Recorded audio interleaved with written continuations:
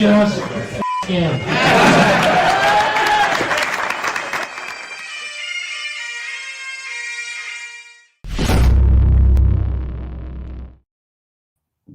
All right, we're live. That was weird. Well, it was like a delay. Yeah, it didn't go. The intro didn't go. We didn't go live for a minute. That was weird. All right, but we're live. Maybe attention to roll call.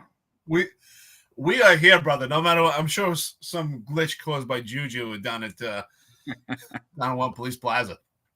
Anyway, 8:05 Eastern Time. What's up, everybody? 5:05 on the West Coast. We got a lot of West Coast friends now. Listeners to the podcast. We're building a network here throughout the country. They're going through the same things we're going through in New York over here. So, listen, good morning, everybody. Joe Mango, great comment here. Starting the morning. Says, good morning, everyone. Drinking coffee out of my finest unfiltered mug and waiting for Eric's quotes and big words. So, I'm going to have to start coming out with some new lines. My friends. Finest unfiltered, baby. Party department. Check it out. We got the logo, right? Nobody likes my logo. Every time we talk to any business person or anybody, everybody says, oh, what's up with the Indian hat? What's up with the Indian hat? It's like, well, that's the whole point of the logo. Because at the time when the Redskins are taking away their stuff, the Cleveland Indians are taking away the Indian head, I said, you know what? Let's put the Indian head in the logo. And then everyone's offended by it. And I said, well, if you're offended by the logo, you're definitely going to be offended by the things we're talking about. So probably this podcast ain't for you. It's like it's a pre-warning. It's a warning. It's actually a great conversation piece. It's funny you say that, right? So I should take a picture. So I have in front of my RV parked right now at the RV park I'm at, and I have the wooden flag that our buddy made us, which is super cool. So the logo is pretty, it looks awesome there. So I had a couple people come up, and it's a great conversation piece, and right away people from far away they think it's an NYPD shield. So I'm closer. Oh wow! So what is that? So great conversation piece talking about the podcast. Yeah, you get subscribers from the RV life, and a lot of people say the same thing. They're like, "What's up with just the Indian head?" Or some people kind of uncomfortable talking about it. It's like, hey, listen, that's what the whole point is, right? We talk about the truth, and you know what? What I learned in life is that people live a lie, and it hurts themselves, and you talk about the truth, and it hurts others. Jesse James, good morning, brother. He says he wants a mug. So listen, before we get into it, so speaking of the mug, just to have a little fun, if anybody wants to throw in the chat, or if you want to put on the website, doesn't matter. So come up with a design, please. We're asking our friends and listeners, come up with a design for our mug. We'd like to have different versions. If you come up with a design that we like, we'll put on the mug, we'll sell it on Printify, and we'll send you a free mug. Just give us your information. So if you're into graphic design, or even if you just got any ideas for a cool mug, something came up, something we talked about, or something in policing, if you want to put a picture of Juju, just send us the stuff, and we'll, if we like it, we'll put it on the mug. Yeah, absolutely. Yeah, just use the Printify format if you're gonna do that, and send it to us. And like we said, if we like the idea, the one we like the best, we'll send you the mug. Just send us your address. We'll make it. We'll send it, and we'll sell it for a little bit on the website. But yeah, the logo. I mean, it's similar to the police department logo, but you see in the police department logo they have the settler right there, just with the Indian. So we removed the settler and the city shield completely out of it. Yeah, just went real raw, raw. And we removed the white guy, but Adams put him back. Because for a while, it's not good to be a male white. Especially if you have any masculinity. So, yeah, I think one day we might have to explore and talk about that again. Not only is it making the NYPD masculine again, we need to make America masculine again. Rich Raj, thank you so much, brother. We're getting a dozen donuts and some coffee. Good morning, guys. Good morning to you, man. Rich Raj always putting his hand in his pocket. We really appreciate it. I'm gonna have a stack of challenge coins for Rich Raj. We appreciate it. Raj, and, thank you, brother. Good morning, Sherry. How you doing? All right, yeah. So let's get in. Let's start a little bit into this. So we spoke yesterday. It's kind of funny, because I got a million texts yesterday when the thing came out. So I think yesterday we talked a little bit about Operation Padlock to Protect, right? And we were showing how Shell is gloating about it, how it's this great thing, how they're providing public safety. And we made the comment then, we're like, he's bragging about something that they're doing that's completely unconstitutional. That although I think all the politicians are jumping up and down about this Operation Padlock to protect. Oh, we're getting rid of these illegal smoke shops. We're providing public safety for our residents. Our residents are complaining. You know, the ends don't justify the means. The ends don't justify the means, and that's my how I have to look at Operation Padlock to protect. I mean, it was anyone that knows the law, any cop that is familiar with the law knows that what they were doing during this operation, and I'm not even talking about the corruption end of it, where they're not properly vouchering money, giving people receipts for their property that they're taking. I'm talking just on the way they're barging into businesses, demanding an inspection. If you give the slightest pushback, you're going to be in handcuffs, and they're searching your entire business. I mean, it's completely un-American. It's completely unconstitutional. The way that they arbitrarily did it, it was completely anti-business and anti-American. Not something I would ever do as a mayor. But we have everyone cheering on Eric Adams for doing this because City Council put in this horrific bill that basically they legalized marijuana sale, they legalized marijuana possession. So there's absolutely no way to regulate the legal marijuana trade, right? Because there has to be rules in place to regulate it, right? It can't be that everything's legal and then there's going to be this. It can't be that everything's going to be legal and there's not going to be a black market. It can't be that.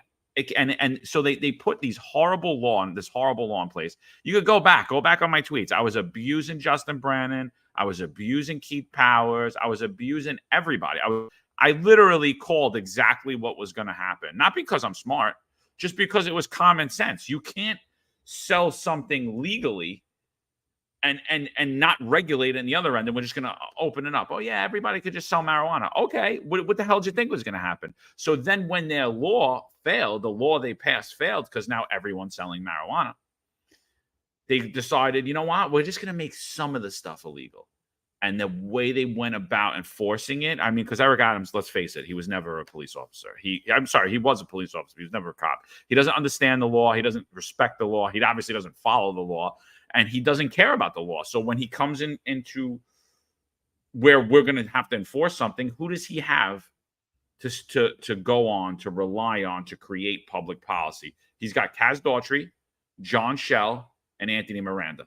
Oh, and he had Ed Caban at one time, who doesn't understand the law either. Never enforced the law either himself. So he's got those people, corruptible, inept people who truly don't understand the law. They understand, respect my authority. When I walk in the room, you're going to clap. When I walk in the room, you're going to salute. I'm the king. I'm the boss. I'm better than everyone. So they he gets advice from these people on how they're going to stop this. And what they come up with is completely legal. And yesterday, Supreme Court ruled Operation Padlock to protect, completely unconstitutional. You know, what I think is really interesting about this, right? Anytime you see an article or some type of write-up about this, they'll say that, under Eric Adams' administration, that $60 million in drugs were seized. And they consider drugs legal cannabis and vapes, which I don't know if you would actually consider this drugs, but all this together. And the big question, I think, really is, well, how do they know it's $60 million? I mean, because we watched on TV during a press conference, Eric Adams immediately brag about the seizures that they had, and it was immediately to be destroyed, which we said right there is just complete violation of the law. But I think that's really the big question: is how do they know that there's $60 million that's actually seized when Sheriff Miranda himself can't even testify properly to it, has no idea how much money was seized? Clearly, it's intentionally not properly documented, not properly maintained with the custody control. So how do they know it's $60 million? I mean, I think that's a huge joke. I mean, because arguably it could be more. And we're talking about over 900 shops were shut down since May. Over 900. Over 1,000. Like now it's over 1,000, right? I think it was like 1,200. Like 3 weeks ago, he was bragging. So, what I'm curious also is how did that work out getting these search warrants also, because listen, doing special ops and doing anti-crime, I worked with the FIOs getting search warrants, and plenty of times, if it was late at night and I was getting information, I would contact the DA's office myself, and I would go out with my guys, and we would do the work to get these search warrants. And it takes hours. It takes a lot of work. So I was very curious also how they get these search warrants so quick, because it's a lot of work. You're talking about 900, I'm sorry, now over 1,000. So do you think somehow that was circumvented? To me, that doesn't make sense. Well, you bring up a good point, Eric. I mean, how were they getting the search warrants? There were no search warrants. They were walking in your business and searching it. That's Operation Padlock to Protect. I mean, it was glaringly unconstitutional. Let's get into the article a little bit. So a state law that allowed New York City to padlock hundreds of suspected illegal cannabis shops. Hear what he's saying there. Suspected. So you could shut my shop just because you accuse me of something. That is unyielding power. So the police department said I did XYZ. Sheriff Miranda said I did XYZ. Ed Caban, whose brother tried to extort my business, said I did XYZ. And then the sheriff could just come and shut my business, all because I was accused of it. Again, I wasn't found guilty of anything. And that was the same thing when we spoke about the destruction, right? They destroyed all of these these cannabis vapes, or this cannabis, that stuff that was still caught in litigation. And they did that under the guise of it's not safe and we can't store it safely, so we have to destroy it. But meanwhile, that's my property. I bought it. You confiscated it from me. You're not the ultimate authority. I get the thing that makes this country great is that I have a right to due process. But Operation Padlock Protect removed that due process. You shut my business immediately upon entering. So Judge Kevin Kerrigan ruled that the mandate, which grants city sheriff office authority to keep illicit cannabis sellers shuttered after they've been raided, violates store owners' rights to due process. Shocker, right? So that's why it was so funny yesterday that I said it was unconstitutional. And I've had this conversation with numerous politicians, and they've all disagreed with me. And so I said, and I continue to say it over and over again, that this was unconstitutional. I never backed off of that position, well, one time. And sure enough, it came out yesterday that, hey, this is unconstitutional. So the sheriff's adjudicative power, which leaves store owners helpless, regardless of the evidence and administrative court ruling, as examined in the recent Post expose, stands against the cornerstone of American democracy and procedural due process, Kerrigan wrote. Just based on that, Eric, just based on your experience as a police officer, does this sound like something that obviously you're sitting here, you already said it. Where are they getting the search warrants from? I'm telling you right now. They're telling you right here that Eric Adams mandated that the sheriff could just come in and shut your business down and search your entire business. Right. That's why we know right there on just on the surface, just in the face of it, just screams corruption to me. I mean, because we know you can't just barge into any place and start taking property under any circumstances, right? I mean, listen, we all saw the movie Training Day. We're not walking into someone's house with a Chinese menu and starting to barge through property. But that's pretty much what they did here. It's just pretty much virtually, without this mandate, it would be virtually impossible to hit over 1,000 locations in this amount of time. And what you read is really alarming that they just suspected it. So what I'm curious about this now that this has been actually deemed unconstitutional, which we knew it. I mean, you and I have had our finger on the pulse when it comes to this for a while now. How much is this going to cost the city now in litigation? I mean, this is the most litigious city in the entire country, and especially with this administration already spending taxpayer money because of all the allegations and the potential corruption that they have with this probe going on. How much is this going to cost the city now in civil litigation? Because, I mean, arguably people could say, hey, I want my property back. But where is that property? The property's been destroyed. So where is the money? So if, first of all, if this is unconstitutional, where is the money seizures? How do you give this money back? We don't even know if it's properly documented. This is going to cost taxpayers hundreds of millions of dollars. I mean, you put this boob in charge of this and you gave him unyielding power that circumvents the Constitution of the United States of America. I mean, do we think this is a guy? He has he has a NYPD detail assigned to him. He doesn't know how many. They were operating these businesses. He's going to testify in front of city council in a sworn statement. He doesn't know how many businesses they've taken enforcement action again. He doesn't know how much money they've taken. He claimed he didn't take any money. And then he finds $100,000 in cash later on in his office. He didn't know anything. I mean, and so we're going to sit here and rely on this person to have unyielding power that circumvents the Constitution. That's what Eric Adams did. So I laugh when everyone's like, oh, Eric Adams is doing a great job. I'm like, Eric Adams is a tyrant. He doesn't understand the law. He doesn't respect it. And he clearly doesn't follow it, so absolute insane. Everybody's asking about merch. So in the links and all these episodes on YouTube, on Rumble, and LinkedIn, you can find links to a Print Device store where you could buy the finest Unfiltered mug. I have a couple other things that are cool there. I have a desk mat. I can't show you, but the desk mat is actually really cool. But it's the size of the desk. And, you could put all your stuff on it. And that's really cool. But yeah, finest Pat Donahue wants to know when we're releasing our challenge coin. You know what? I never was into challenge coins, but maybe we will. I don't know if we could maybe put Eric on it. I'm definitely not putting my face on it. I'm not Kaz Daughtry. I like Eric's handle when he's at the riot, at the protest, at the Bronx riot in 2020. So maybe something like that. But me, I'm not putting my face. We gotta put a picture of a bald guy, John. One side we'll put a picture of a bald guy, one guy with a hat. Patrick Donahue said to put Brady Bunch squares, stuff about our careers.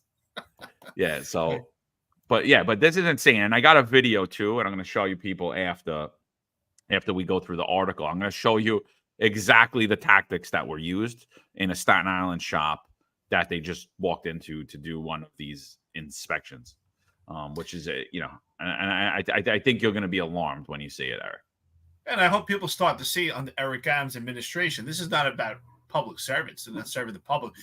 Everything's been a mandate. We had a vaccine mandate. This is a mandate because Eric Adams, he said it himself. I mean, I hope people start to wake up and realize what comes out of his mouth. He said he's not going to resign. He's going to reign. He said people should thank God that Eric Adams is the mayor. You get to go out to your little restaurant. I mean, the way that he talks about the people of New York City is quite insulting, and he thinks he could basically do whatever he wants, and he's continuing to do it. I mean, still, he has not stepped down or resigned. And listen, it's just complete corruption. Speaking of corruption, hey, Steve, how you doing, brother? System Unfiltered. He's on the chat right now. He's experienced with the police department.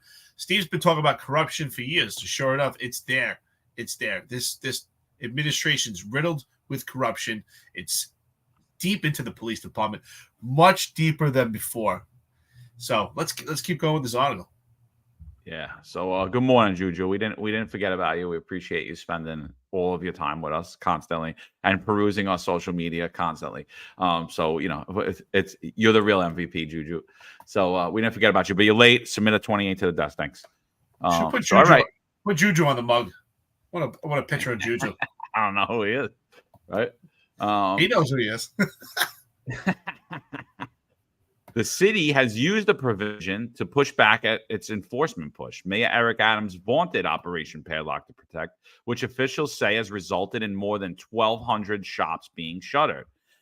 Think about that. 1,200, more than 1,200 jobs, 1,200 tax-paying businesses the city of Yes has closed. Shop owners are able to appeal their closures in administrative courts, but under the law, the sheriff has the final call to determine which rated stores can stay open and which must remain closed for up to a year. So we're giving Anthony Miranda unyielding power. He's basically, when you like people say like you're not the judge and the jury. Well, they're 100% right when you talk about the police. When we talk about American police officer, they're not the judge and the jury. They could arrest you, they could accuse you of a crime, But ultimately, you get due process, where here, Sheriff Anthony Miranda is not only the police officer, he's the judge and the jury. And he's circumventing your right to due process. And by all means, he highly lacks integrity. And he appears to be a very corruptible individual. Again, I said that not only did I believe that this was constitutional, I believed it should have been seized the minute these allegations came out about him not properly documenting the product or the money that they were taking from these businesses. So I thought that it should have been Operation Padlock to Protect has been seized immediately. But I'm going to tell you right now what the city's going to do. They're going to appeal this ruling, and they're going to continue to push forward into Operation Padlock. And that's going to cost taxpayers even more money. So these people, they do not respect the law. They do not follow the law. Eric Adams does not, but the law applies to you. The law does not apply to Eric Adams and his friends. The law does not apply to Anthony Miranda. So summarily shutting a business for 1 year, despite the fact that it was exonerated from the allegations of the illegal activity, stands against the cornerstones of American democracy and procedural due process, the decision reads. So let's talk about that for a minute, Eric. So Miranda walks in, he does an inspection on your business. He says you aren't acting right, you aren't acting properly, and he shuts your business down. He padlocks your business. You go to the administrative court, you win in the administrative court, but Anthony Miranda says, no. He's staying shut for a year. Does anyone think that, does anyone not see the level of corruption that's potential here? What do you think about that, Eric? You went to court. You're the business owner. You went to court. The judge said you're fine. You were acting within rule. The sheriff was wrong, but the sheriff says, yeah, no, you still can't operate your business for a year. What are you thinking as a business owner? Well, of course, you're thinking as a business owner, what's the point of even making this appeal? First of all, he can still keep you shut down for an entire year.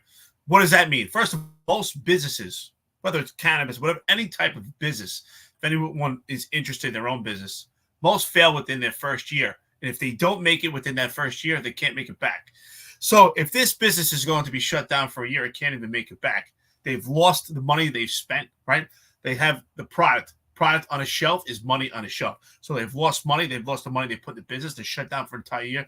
The bottom line is they're not coming back. They've hit that business so hard, there's no way the business can make it back. What I'm curious about also is we're just talking about actual suspicion. It's so arbitrary. So, I want to get into it more. Can I just walk it? Can he just walk to the business? This is the one getting shut down because, supposedly, there should be colorful stickers to know age requirements when you're inside these locations. But even with that, I would do as an anti-crime sergeant and a special operations lieutenant, I would do nuisance abatements also. Not with my crime teams, but I would do nuisance abatements. And we would send auxiliaries from other precincts that were underage, and we would send them in stores to buy alcohol underage. And we had to do it at least 3 times in a month to actually get that nuisance abatement to shut that place down. So this, it's completely unconstitutional. Just to, for selling alcohol to someone underage, you have to do it 3 times in a month just to solidify, to show, and send all that information to the court before you actually get the nuisance abatement to shut someone down, to padlock that store. A lot goes involved in this. It's completely opposite. It's almost like a king. You can just walk in and up. We suspect. Think about what you read. We don't even have confidence. We don't even have 3 underage sales. We have suspicion, and we're shutting you down. This is insane.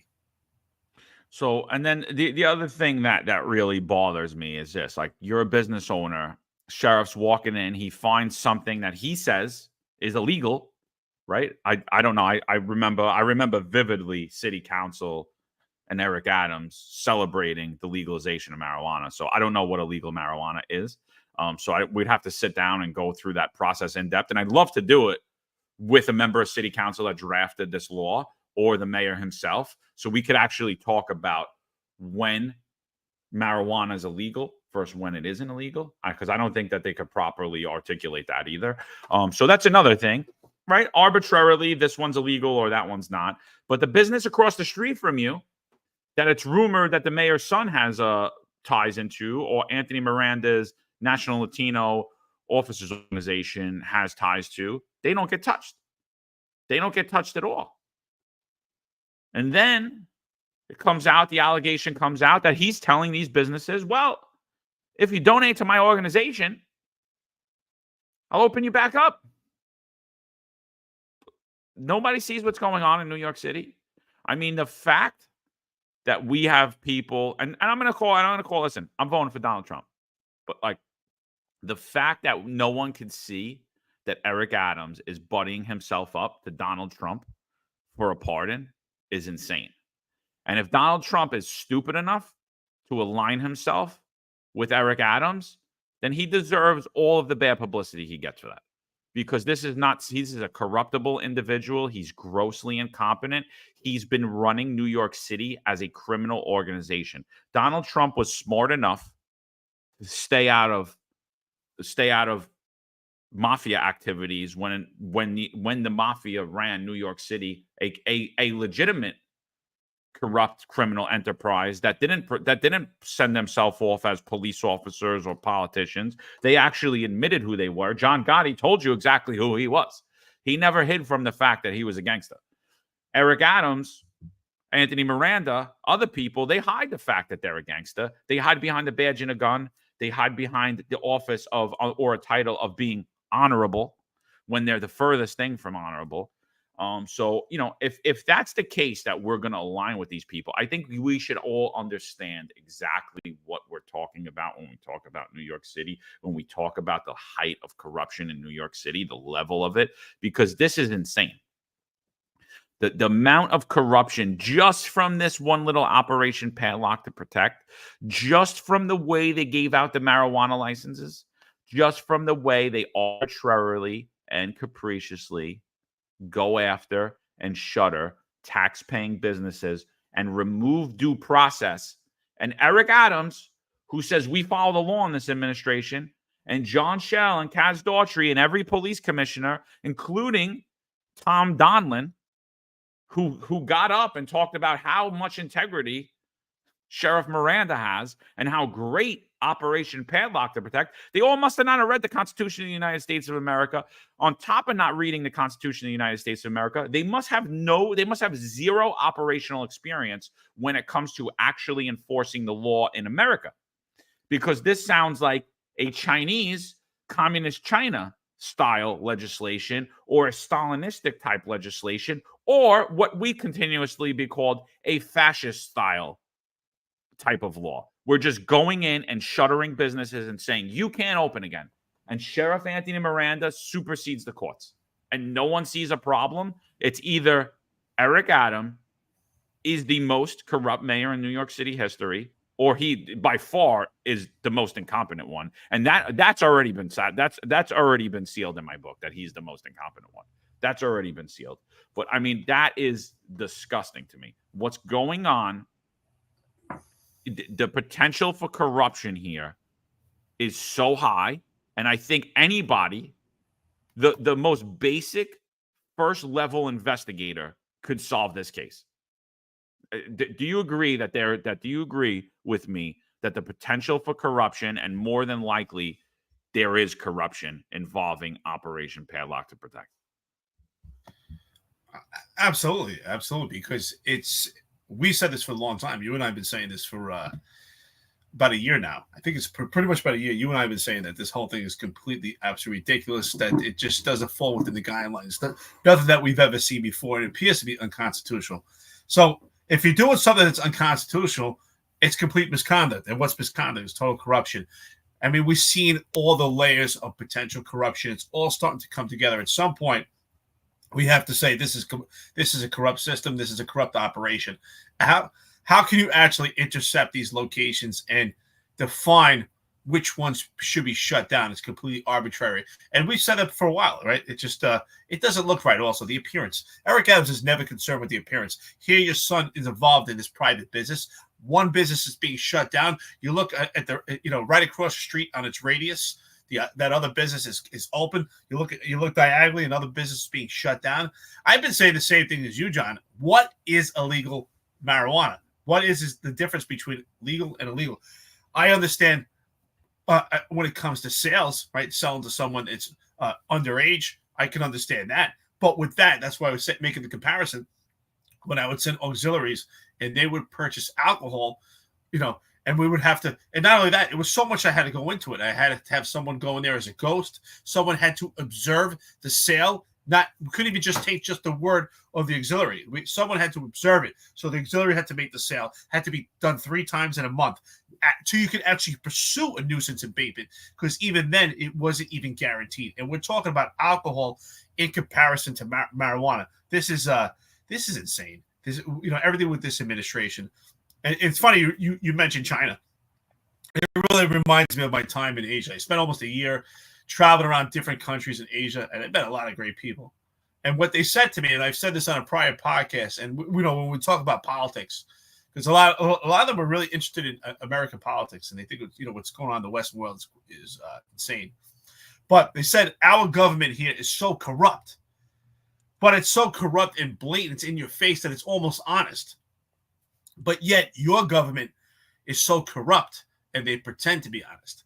And I said, you know what, that's pretty interesting, right? Because in Asia, I knew that you can buy your way out of anything. If you're gonna get pulled over by a cop, you can buy your way out of it. You can buy if you live in there and you need a permit for something, you could just pay for it. So it's so corrupt, it's honest. Everyone knows that.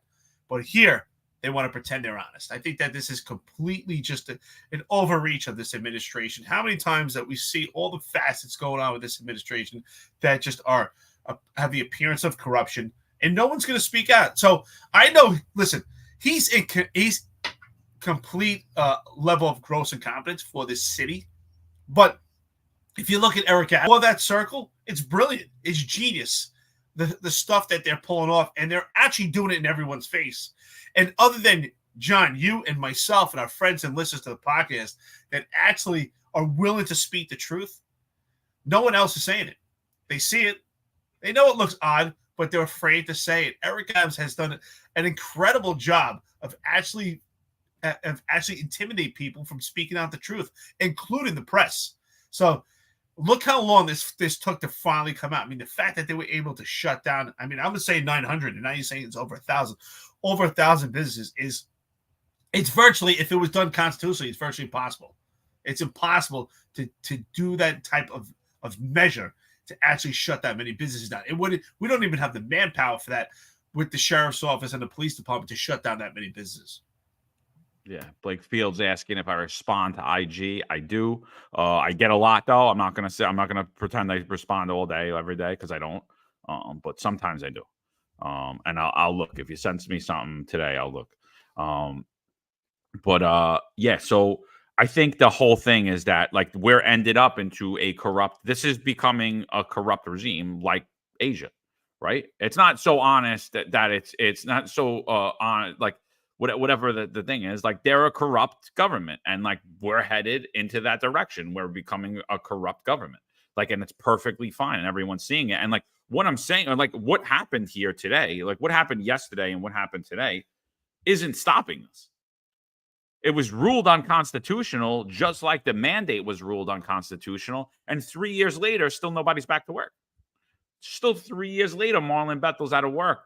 Hundreds of teachers are out of work. EMS workers, firefighters, they're still out of work. Mandate was ruled unconstitutional. That was clear as day as unconstitutional. I watched the Operation Padlock Protect. I sit the same way when I saw the mandate, and I said, that's illegal. That's not American. The same way when I seen this, I said, this is not American. This is illegal. It's not because I have some training and extensive legal background, or I went to Harvard. I didn't. I didn't. And it's just clear as day. Anyone that knows the founding of this nation knows that you can't do this. This isn't how this country runs. And then take into account, this is coming from the man who was talking about how much harm has came to the Black and brown community by arresting individuals for marijuana. This comes from a man who was telling us 2010, 2011, 2012, 2014, 2015, we shouldn't be locking up Black and brown kids for smoking marijuana, right? We shouldn't be getting search warrants for marijuana. So there were buildings throughout New York City where it looked like New Jack City. where old people had to walk in their hallways and smell marijuana and see drug users line up outside of a door and get hit off for marijuana. And guess what we could do about it? Absolutely nothing. You know what we had to do about it to get that done, though? We had to send a confidential informant to go by from that location 3 times. Identify, document it all, voucher the evidence, Anthony Miranda. You'd have to take the evidence, put it in, and say how much money you gave them and document it and say how much marijuana they bought. And then you would take the marijuana. You wouldn't just put it in your desk. You wouldn't just put it in the safe in your office. You would voucher that. You'd put it into the computer. This is what I got. That would go over to the lab. You would test it to make sure it was actually marijuana. And then you would document that on a DD-5 and you would go through that. And then you would go in front of a judge and you would swear before a judge, you and your confidential informant, that yes, in fact, he bought from that place. And then you would go in and you get a search warrant and you would shut down that illegal marijuana operation. And more often than none, there were other things in there like illegal firearms and other types of drugs. But this was a man that said we shouldn't do that. We shouldn't do that. We should stop doing that because we're harming black and brown people, right? So we stopped doing that. But now, marijuana, not only are we just taking away the whole Supreme Court process and taking away constitutionality, now we're just barging in your business and locking you up. Now we're taking guys away. We're taking guys from vital units in the NYPD. We're taking them away from their mission in the NYPD. And now we have them. Guess what they're focused on now, Eric?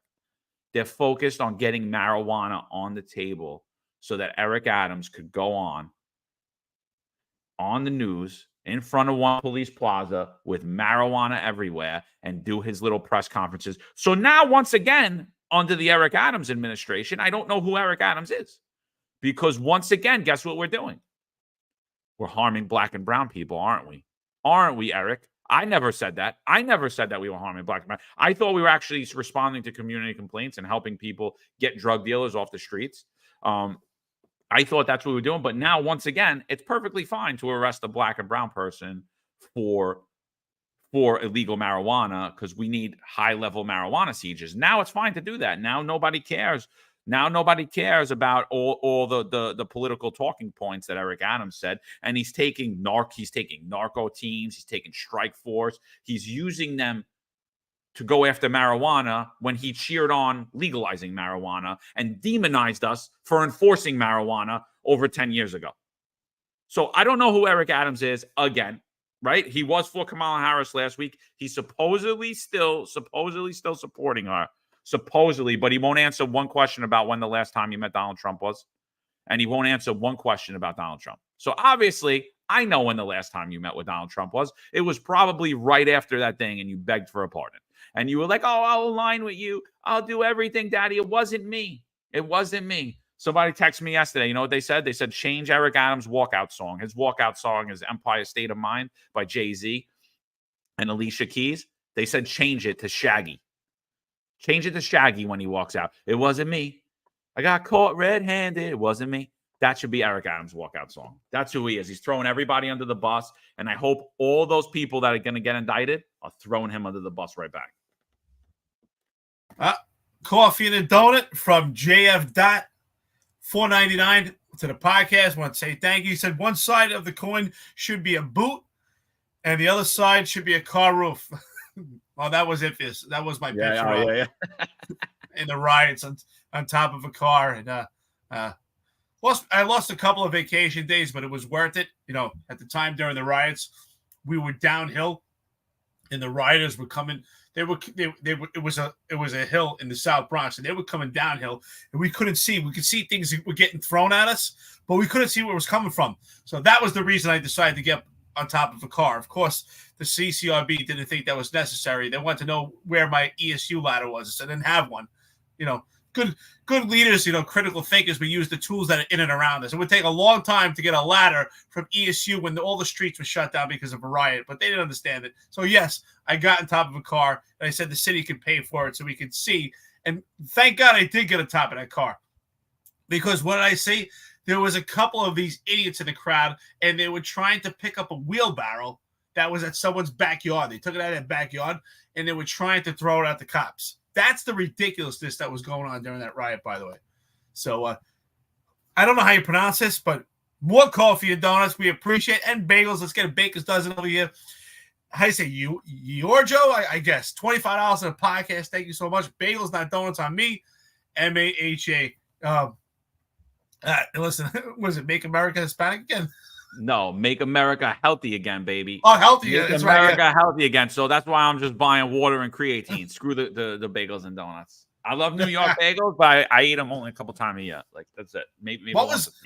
Not to get totally off topic, but what was your bagel spot? Because I had some I eat healthy, but I love New York bagels. If I go back to New York, that's like asking me what my pizza spot is. I could tell you 25 different places. You know, right, so what's your number one pizza spot? That's every New Yorker has their. What's your number one?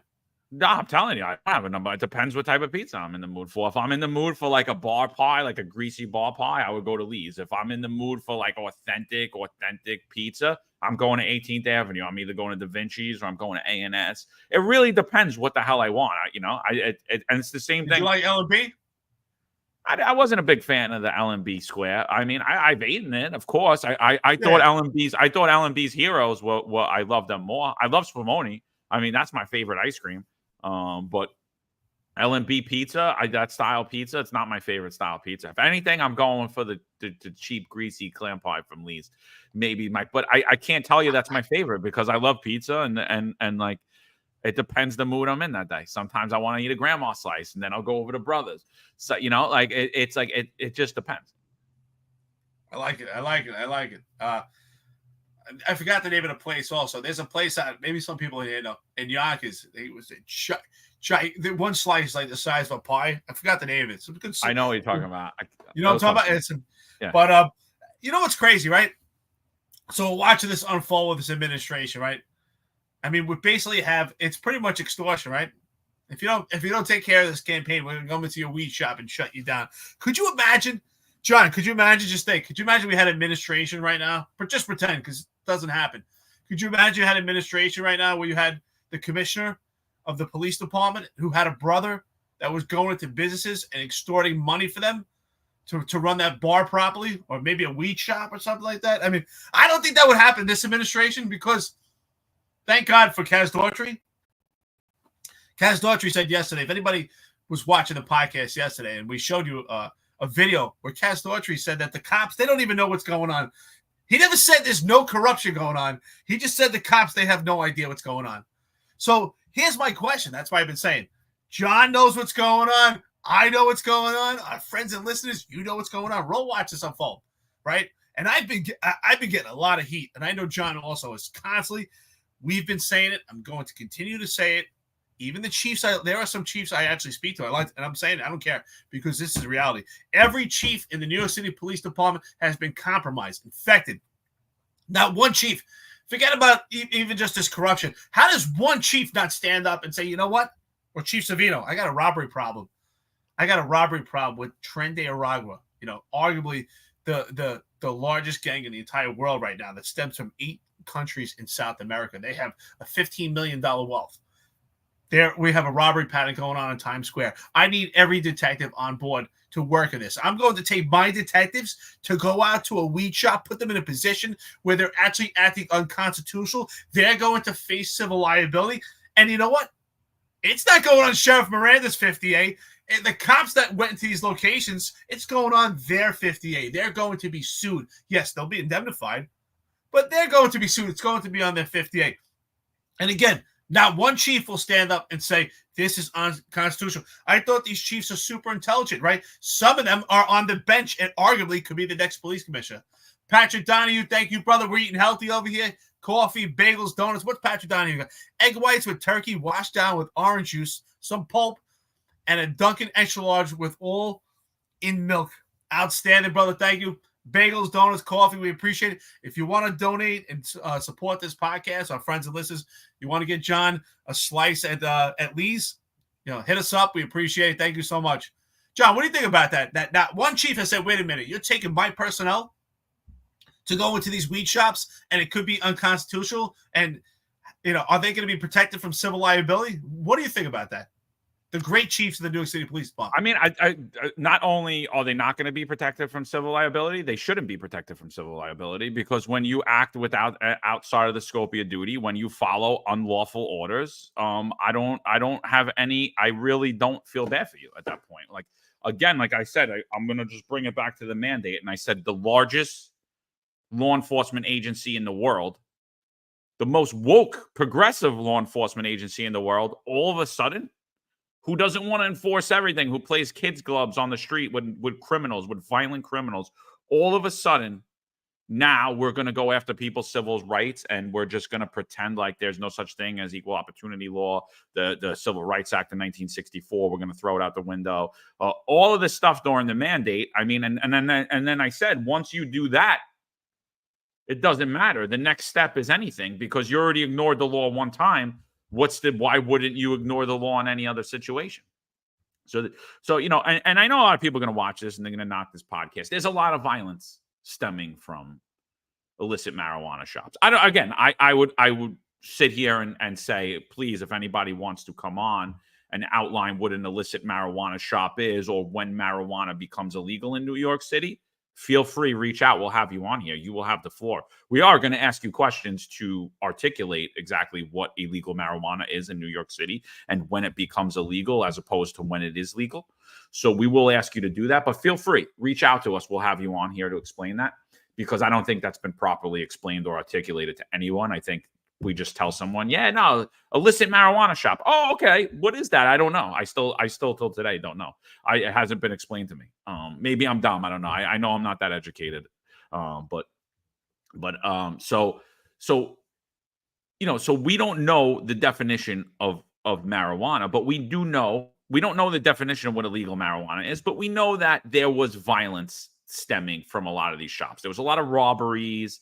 We've seen instances where illegal firearms were removed from there. There were violence that has taken place and occurred in there. Was some of that media hype, and was some of that the police department leaking it out to target these businesses? Sure it was. Of course it was. I'm not stupid. I knew exactly what was going on when it was going on. But there was. And let's play the public safety. If we could just save one life, right? So now, Eric, you're a precinct commanding officer. You have cadets and auxiliaries. You have a place that potentially they're selling other drugs at, and they have also rumored to have illegal firearms. There's violence stemming from the place, and you want to get it shuttered. Are you going to send your cadets and auxiliaries in there to try to do an underage controlled buy into that situation? Absolutely not. And I can say that because I was, as a special operations lieutenant, I was yelled at many times by my bosses, because there were several times where my bosses asked me to do things with my guys that I knew was kind of on the border, that would get them some civil liability, that wasn't worth it. I told them, no, I'm not doing that. I'm not sending my men and women to do, there were different times to do certain things. I'm not doing that. I'm not, because it's going to put them in a very precarious position. If you want, you can get someone else to be the SOL. If you want someone else to be the special operations lieutenant, I'm not doing that. I would never ask someone to do something that I'm not going to do myself. And these precinct commanders, they're not going to do it themselves, but they'll send their guys in. So that's why I would always tell my cops. That's why, if you're active right now, remember this. If you're part of the rank and file, when you're in a precinct, housing, or transit location, you are a permanent resident. When those commanders come in, they're guests. They come in, they make a giant mess, and then they leave. And then when the investigations come out, you're on your own. It's like you go into your funeral. You're there by yourself. Try calling you on your command and go off and say, hey, you remember you sent me to that search warrant and we're getting sued?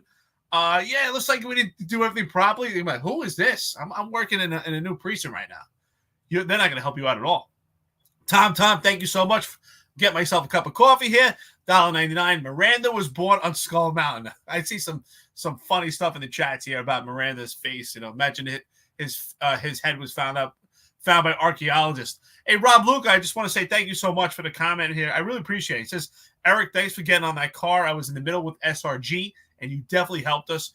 I remember a few of those mutts were on the other side of that wall. Yeah, it was just a complete outright riot. John remembers I spoke to him. I did a deposition for that riot. It was 7 hours. 7 hours I was deposed in retirement for that. And every time I would refer to a riot and not a protest, they got mad at me and said, no, the protest. I said, no, rioters. And we kept going back and forth, and I would not waver from that. It was an all-out riot, absolutely ridiculous. And, of course, Monahan was there. He's nowhere to be found right now. He doesn't stand up for anybody. He was the one saying, go, get him. And that guy has not stood up one time for anybody.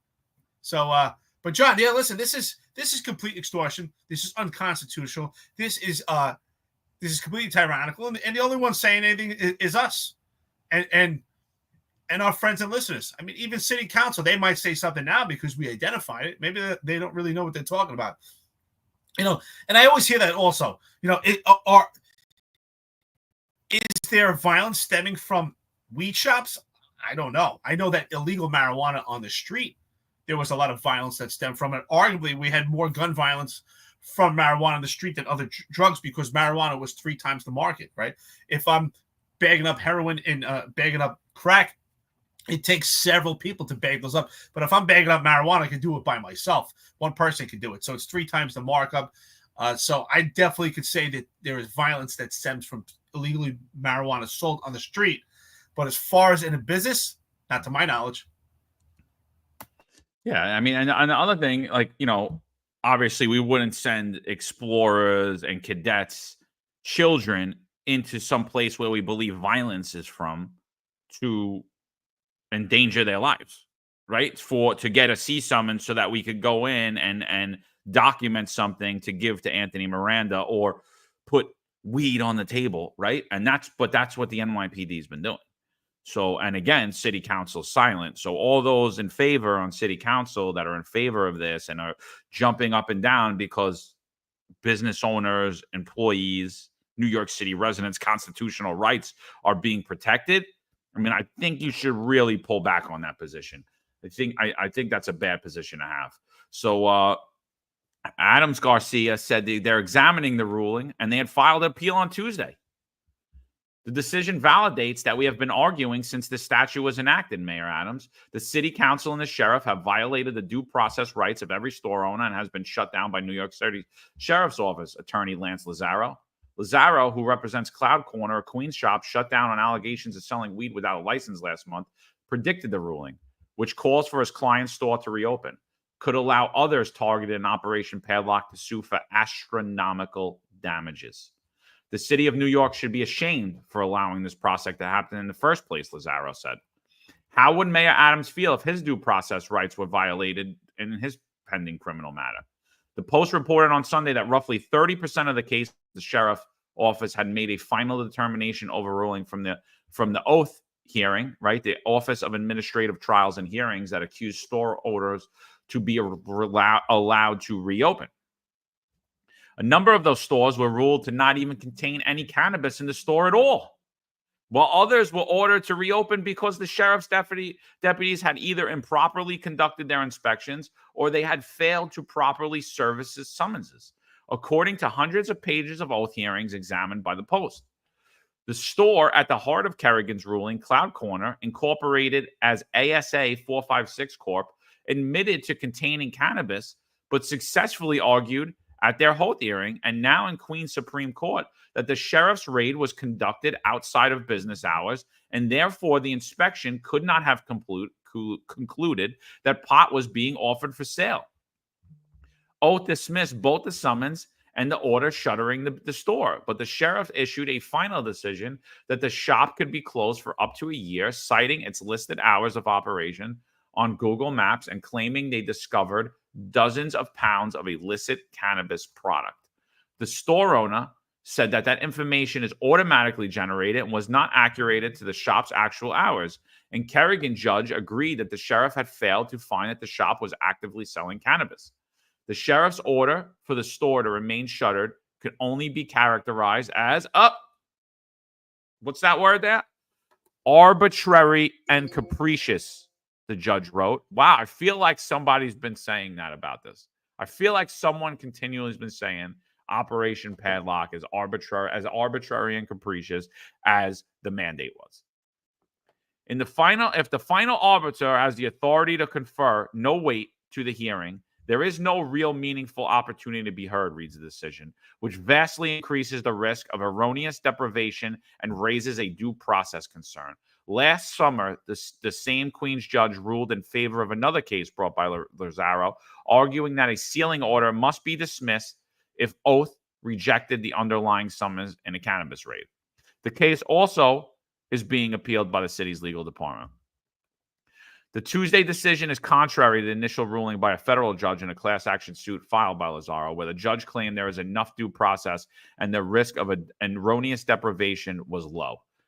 Nonsense. That was a horrible ruling. And I think anyone that's in favor of this is the courts should lean on the side with the business. They should be on the side of the business and not the side of government. Absolutely. You have to lean on the side of the business. Absolutely. This is America, right? You need to take substantial steps to be intrusive, right? We talk about intrusive police work. And even as the most complained cop, right, when they had that write-up about me being the most complained cop, and then the city gave me an opportunity to respond to it. And I said, the ends do not justify the means. I said that to do intrusive police work, you have to understand Supreme Court case law. You have to understand the Legal Bureau bulletins. You have to understand what's been presided on in Supreme Court before you do intrusive police work, because we are protected by the Fourth Amendment. And so are these businesses. They're protected, their right to search and seizure. Tom, thank you so much. Coffee and a donut, maybe a slice of pizza, who knows, maybe a bagel. All the stops when COs and cops are sued personally, taking away their homes. That's when cops will really think about giving and following orders. I understand what you're saying, but cops are not really giving and following giving orders. They're following orders from just illegitimate leadership within the police department. And the same thing with the sheriff's office. It's illegitimate leadership that is sending these cops to do foolish things. And Kaz Daughtry said it himself. Kaz Daughtry is in a position of leadership in the police department, arguably the default de facto police commissioner, is saying that the cops are acting stupidly. They don't even know what they're doing. So the cops are unknowingly going into locations with the sheriff's office and violating the Fourth Amendment. So they are completely open to civil liability. I feel sorry for these cops, especially young cops that are on the job, that are assisting the sheriff's office while they're violating someone's Fourth Amendment rights and putting themselves on the line and on the hook. Not only that, they're giving the product to the cops to destroy. This whole thing is just insane. By the way, I want to say thank you to, who was it here who said it? We were talking about pizza, not to get totally off, but Pizza Barn in Yonkers. Thank you so much. Carl Roman, thank you so much, brother. Pizza Barn. Yeah, that's a good spot, man. It was fun. So, John, what do you think about that? I think that that's a huge problem, is that the potential civil liability, how the cops are really exposed to it now. We're talking about 1,000 locations, right? Again, I don't give a shit about the civil liability. You should know the law. If you're going to swear an oath to the Constitution of the United States, I feel bad for you, but this is what it is. I feel bad for the rookie officers. I don't feel bad for the COs. I don't feel bad for the lieutenants. I don't feel bad for the sergeants. I don't feel bad with the cops with time on. You know what you're doing. You know that this isn't right. You know that this isn't right. So I don't feel, but your civil liability, it means nothing to me. I don't care. It means nothing in the face of freedom. I'm not giving away my freedom so you could not have your civil liability. Like, I could give two shits about it. I care more about the liability on the taxpayers that are going to pay these businesses hundreds of millions of dollars, because the city's going to appeal this. Miranda and Adams are going to keep doing this until Adams is removed from office, and then eventually the corruption comes out and everyone sees exactly what was going on towards this. And everyone that supported this is going to be like, I didn't know. I had no idea. And they're going to continue to pile up the bills for the New York City taxpayer because they don't care. It's not their money. They don't care about your civil liability. They don't care about your freedom. Because look at Eric Adams. He's running like a little snake all around, right? He was going to throw Donald Trump in jail, and now he's running over to Big Daddy because he needs help, and he's throwing everybody that did what he wanted them to do under the bus. So I could care less about anybody's civil liability at this point. Nobody cared about my civil liability. Nobody cares about your civil liability. No one cared about my civil liability, right? You look up by 58 cost.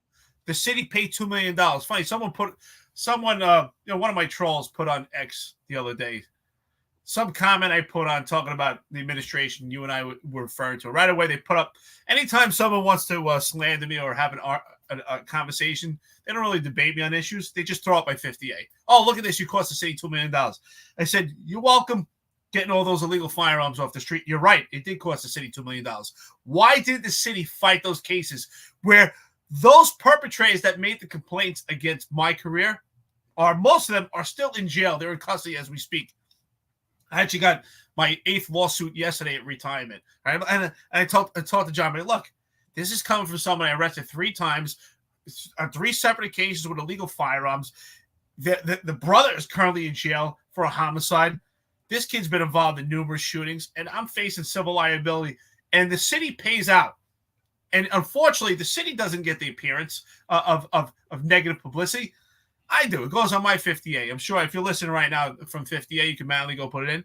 But that's who's listening. It'll be there by 3:00 now. I'm sure it will be. And if you could, on the 50A, if you could replace my picture with this picture, I know you took Marlon Bethel's picture. So, but yeah, I mean, listen, I agree. Like, let's be honest. A cop with 3 years on the job, a week. Come on, is that guy going to stand up and say, I'm not doing this? But the commanding officer in a position of leadership, that's why I say small unit leadership breakdown, or the lieutenant, right, should say, wait a minute, what are we doing here? We don't have a warrant. We don't even have an operation. We don't have underage sales. We don't have 3 underage sales in a month. We don't even have any type of nuisance debate. We're just going in and taking this property, and then we're not going to voucher it. We're not even taking pictures. Someone has to stand up, someone in leadership. That's why leadership is so important. The leadership is responsible to mentor and protect their people. You're supposed to, not only are you supposed to supervise them, but you're supposed to protect them. And they're not being protected.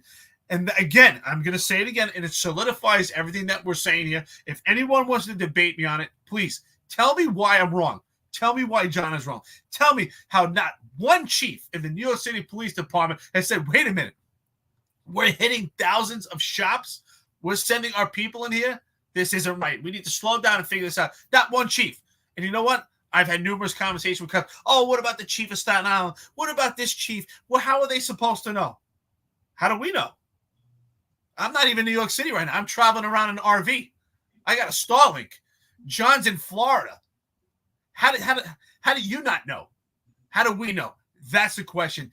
They're close to the administration. You're a chief. There's not that many people on the job that outrank you. You go to these meetings. Don't tell me the chief of Staten Island only stays in Staten Island, doesn't go to one police plaza to meetings, doesn't speak to these other chiefs, doesn't suck up to them because they want to become the chief of department, especially if you're in Staten Island. You're in the forgotten borough and you're forgotten about. Again, failure on leadership that you send your people out here to assist the sheriff in 1,000 locations without warrants, without doing this properly. Shame on them. But then then we'll have people talking, oh, this chief is great. This person was real police. Really? You know what I want to see? It's real police to me. It's real men and women. Someone to stand up and say, this is wrong. And you know what, John? Where are the unions? Where are the unions? The unions should have an immediate response and say, wait a minute. This has been deemed unconstitutional. Now our people are on the hook. And you're telling us we're going to have to flip the bill for this? No. You're paying for this. You're going to support our cops. You sent them in to do something that's unconstitutional. But no, you won't hear a peep. You know what they will do? When a cop has to get deposed and go into a civil courtroom, they'll pack the courtroom. That's what they'll do. Pat Hendry will show up with 2 hairs. Maybe by then he'll be missing the 3rd hair. And they'll pack the courtroom. There'll be no response. So the other thing is, like, they're going on the safety issue, the whole safety issue. So Mike Freed brings up a good point. Morning, Mike. Pleasure always having you here. And thanks for, always weighing in. He says, don't quote me, but I believe that there was a lot of 311 complaints. And if somebody was hospitalized due to tainted stuff. So there's a few things here, right? One, these businesses were getting robbed because they were cash heavy businesses. They weren't necessarily getting robbed for the marijuana or they were selling illegal marijuana. They're just cash heavy businesses. So if you're carrying cash today in New York City, you got a problem because, like our illustrious mayor always says, is the pathway to public safety. The pathway to prosperity is public safety. So, but we don't have public safety, so that's why you don't have prosperity in New York City. So when you carry cash around New York City, or you have jewelry, or you're wearing your Rolex or your Breitling, you're more than likely going to get stuck up. And the return of stick-up kids has happened, and now we have illegal immigrant stick-up kids as well to deal with. So that has all happened under the Eric Adams administration. So we bring that back. Now when we talk about the product, here, I've been arrested for illegal marijuana, right? The marijuana that I was arrested for was organic. It came from the ground. It was grown in the ground. I was arrested for that. I spent a weekend in jail for that, right? I was ultimately pleaded guilty to it. I was given an ACD, and it was expunged off my record after 6 months, although I did have to disclose that to the department and explain that. And when this law decided to come out, I said that I'm totally against it, and I don't believe in the legalization of marijuana. Not because I'm against the plant, because the marijuana that I, as a kid, would say, this is so dumb that we make a plant illegal. What we did is we take GMO'd, chemical-based products that aren't traditionally marijuana. They just have some form of a plant in it, and now we're going to legalize it. And we're seeing across the country, Colorado, LA, Chicago, all the places that legalized it, we've seen it fail over and over again. And what have we seen come from there? We've seen a lot of psychosis from people using these products, unlike the plant that people used to smoke known as marijuana that was illegal. So now we've legalized marijuana. We've legalized this chemical GMO product that doesn't come from the ground and isn't traditionally marijuana. And we're seeing people getting sick. We're seeing people go into psychosis. We're seeing people freak out by eating gummies or eating these chocolate bars. And that has nothing to do with because it's illicit or because it's legal. Because do you think that Sheriff Miranda, do you really, really believe in your head that Sheriff Miranda is competent enough or cares enough to know these products, to know which ones actually was FDA approved or tested or isn't? I don't believe so. I don't believe that I don't believe he's a competent person. I don't believe that the orders that are going out, because like I've been telling you, and I've been saying it for months, the same products that they're shuttering businesses for are being sold across the street, and they're leaving that business alone. So it doesn't make sense. It doesn't make sense. It's arbitrary and capricious. So that's the problem. So like when we go on the whole safety issue again, it's like the safety is this law was a terrible law. Should have never been passed. I voted against it recently. I voted early, even though I rather vote that day of. I'm going to be busy that day. I don't know that I'm going to be able to get to the polls that day. It's going to be far from here. So I said, let me vote early. I voted early, and there was a proposition to make marijuana legal in Florida, and I said absolutely not. I said absolutely not. And everyone said, how could you say that? How could you vote no on that? I said, because I seen what happened in New York. I seen what happened in Seattle. I seen what happened in Colorado. I seen what happened in LA. I seen what happened in Chicago, and I don't want to have it here. I don't want these, because I don't care if it's legalized or regulated. People are going into psychosis. People are getting sick. People are overdosing. The whole thing is bad. I mean, I agree that synthetic marijuanas, the K2 and stuff like that is completely ridiculous. It leads to excited delirium. It's a lot of times people that have these psychosis, they're actually not even induced by crack cocaine. It's usually these synthetic marijuanas that induce this excited delirium. Where people, when you see someone naked in the street, usually it's excited delirium, right? Because their bodies get so hot. They feel like they're on fire. That's why they take their clothes off. And a lot of times it does stem from synthetic marijuana. But, John, what do we not have? We don't have the data. We don't have the data from these operations to know, how much of these, how much of the product they've taken in is actually synthetic marijuana and what is actual real plants, because it hasn't been tested. Immediately it's destroyed. And I think that's done on purpose. That's done intentionally so that we don't actually have that information. I don't have a problem with marijuana. I don't smoke marijuana personally, but I don't have a problem with it. A lot of veterans that I know, they use it. It helps with PTSD or PTSI, however you refer to it. Just helps with anxiety. And I think there's a lot of good that could come in legal marijuana when it's a good product. But again, like I said, we don't have the data to know. if they're taking the bad stuff. I think it's kind of funny. It's ironic also, right? You look at the city of New York and you're like, wow, they go in and busting all these locations, weed shops, right? But shoplifting, we're not going to address that. I mean, it's just, you can go into any store in New York City right now, and a lot of democratic cities throughout this country, and I go to them myself, including California and other cities I've been to. Everything's pretty much unlocked, right? You can walk into a store and take whatever you want when it comes to shoplifting. And then you also see in New York City the plan that they had with narcotics, right? John, you remember?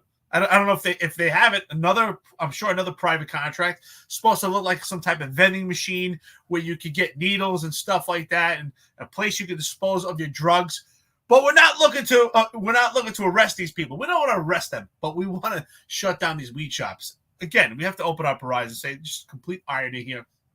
We don't have any data to support. Is there violence surrounded by these stores? I'm sure there is. We don't have the data on that also. What I'd like to see is, supposedly we're getting complaints from the community, right? So where are these 311 complaints? Why don't the police department release this information? If you have the complaints to back up the need for this type of operation, which turns out to be unconstitutional anyway, where's the data? Where are these supposed 311 complaints? Where are these complaints? Are they community complaints? Again, we don't have this information. So these are just questions. We don't have any answers to actually have a proper discussion, because I think, again, it's all done intentional. Well, listen, I know for a fact the community is furious about these shops, and I know there are a lot of complaints, and I understand the community being furious about it. But the answer isn't, we're just going to circumvent all the laws because the ends justify the means. The answer is, your city council person, Justin Brannan, your city council person, everyone who cheered on city council, who cheered this law on, go back and revoke this. Go back and write a law and make this illegal. But they won't do it. They won't do it. Why won't they do it? Because there's a lot of people making a lot of money. They opened up a new industry in New York, and they rigged the game to control it. Again, the office of the nightlife, the mayor, Jeffrey Garcia, you know what he was doing prior to that? He was the president of the Hispanic Marijuana Association. Weird, right? A lot of ties in. What happened when the office of the nightlife, like this kind of goes directly. And what's crazy about the marijuana enforcement on this is the office of the nightlife has a totally different take on what the enforcement should be against businesses. We should cure businesses instead of doing multi-agency response and shuttering businesses. But here we see businesses being shuttered. Look, I want to play this video. I think we're getting a little bit, we're getting a little too deep into this whole thing, but I want to play this video, and I want to get your thoughts. This is a marijuana shop in Staten Island. The cops and the sheriff's office are coming in, and they're going to do an inspection.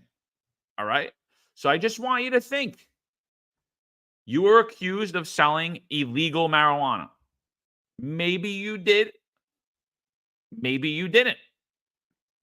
But you're accused of it, right? You're just being accused of it. I don't know. Your competition next door doesn't like you. You just moved into a new neighborhood. It happened to me. I started a business. I moved in. I was slaughtered. I was slaughtered on social media. I was legally slaughtered. I had ceases and desist sent against me. Tons of things happened when I moved into a new area and I opened up a business. So this isn't not stuff that doesn't happen, right? Everybody wants to control the game, right? If a nickel bag gets sold in the park, Eric Adams wants in, right? If a nickel bag gets sold in the park, Miranda wants his crumbs. Pearson wants his crumbs. Banks wants his crumbs. Everybody wants their crumbs. So what do you got to do that? You got to shutter businesses to stop your competition, right? So that's what happens. Nobody likes competition, and the government's being weaponized to stop that. Stop competition for their own personal gain, their donor gain, their friend gain, and all that. That's what I'm seeing. So I just want you to watch this inspection. And I want you to remember, we're in America. We're in America. This is the New York City Police Department, and this is the New York City Sheriff's Office. This isn't Stalin's stormtroopers. This isn't Hitler's stormtroopers. This isn't Mao's people. It's not Kim Jong-un's people. This is New York City today. And you tell me if this is how an inspection should happen. You tell me, because I'm going to say right now, it shouldn't. So these days, like someone coming, you know, we try to survive. We're going to inspection. Okay. Hey, brother, hi, bro. We're going to do a series. What is it? We're going to do an inspection. Okay. You guys have like anybody else? Oh yeah, for me the. Yeah, right now I'm listening. Alright, we're gonna come on the back, okay? You open the door. Or can I see like court order or something? I'm gonna wait for. Sheriff. Yeah, I know that's the problem. Figure it out. We'll get forward. Open the door, please. So you know, like, we need something court order, but you know. You don't need a forward. Open the We're door. gonna have one more time. You have to, Yeah, calm down. I'm not. I know. No, let's not come down. You have to obey the sheriff. It's how you get for inspection. If you refuse the inspection, you're gonna get arrested for OGM. I'll ask you one more time to open the door nicely. Okay, so first thing I will not find my. No, you're not going to open the door. No, you're not going. No.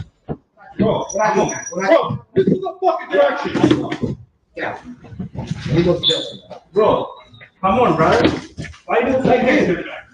I don't. No, don't be fucking stupid. Just stop it right there for a Fucking second. stupid. Bro, I don't do nothing. Let's open the door. That's it. Yeah, and we multiple times. We said open the door, open the door, and you don't want to. Outstanding. I know, but it's like, I do nothing wrong, bro. Okay, so open the door. Yeah, but you know, I'm trying to be open, but you know, you guys. When a cop tells you to do something, you do it. That's it. I know, but I know. Is that what the police department should be doing? Hold on a second. Hold on a second. I'm the most complained cop. Are you kidding me? I'm embarrassed watching this video. I tell you right now, I will defend my complaints every day, all day. Every complaint that I have is from the most violent perpetrators making arrests, getting a legal firearm, stopping a robbery, getting someone for a pattern. This here is ridiculous. You're telling me I'm the most complained cop? This is embarrassment. Everyone knows the guys that were under my leadership, I would never let them act like this. This is unprofessional. The way they're cursing. And it's first, you know what? I take it back. Who was it? Tom who said that the cops should be liable? Absolutely.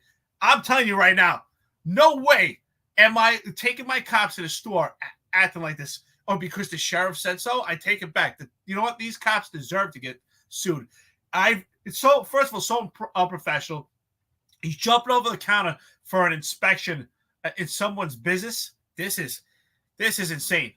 I mean, you don't even have a search warrant, and you're jumping over the counter. And then I can't believe what's going on here. I'm back again. I'm the most complaint cop.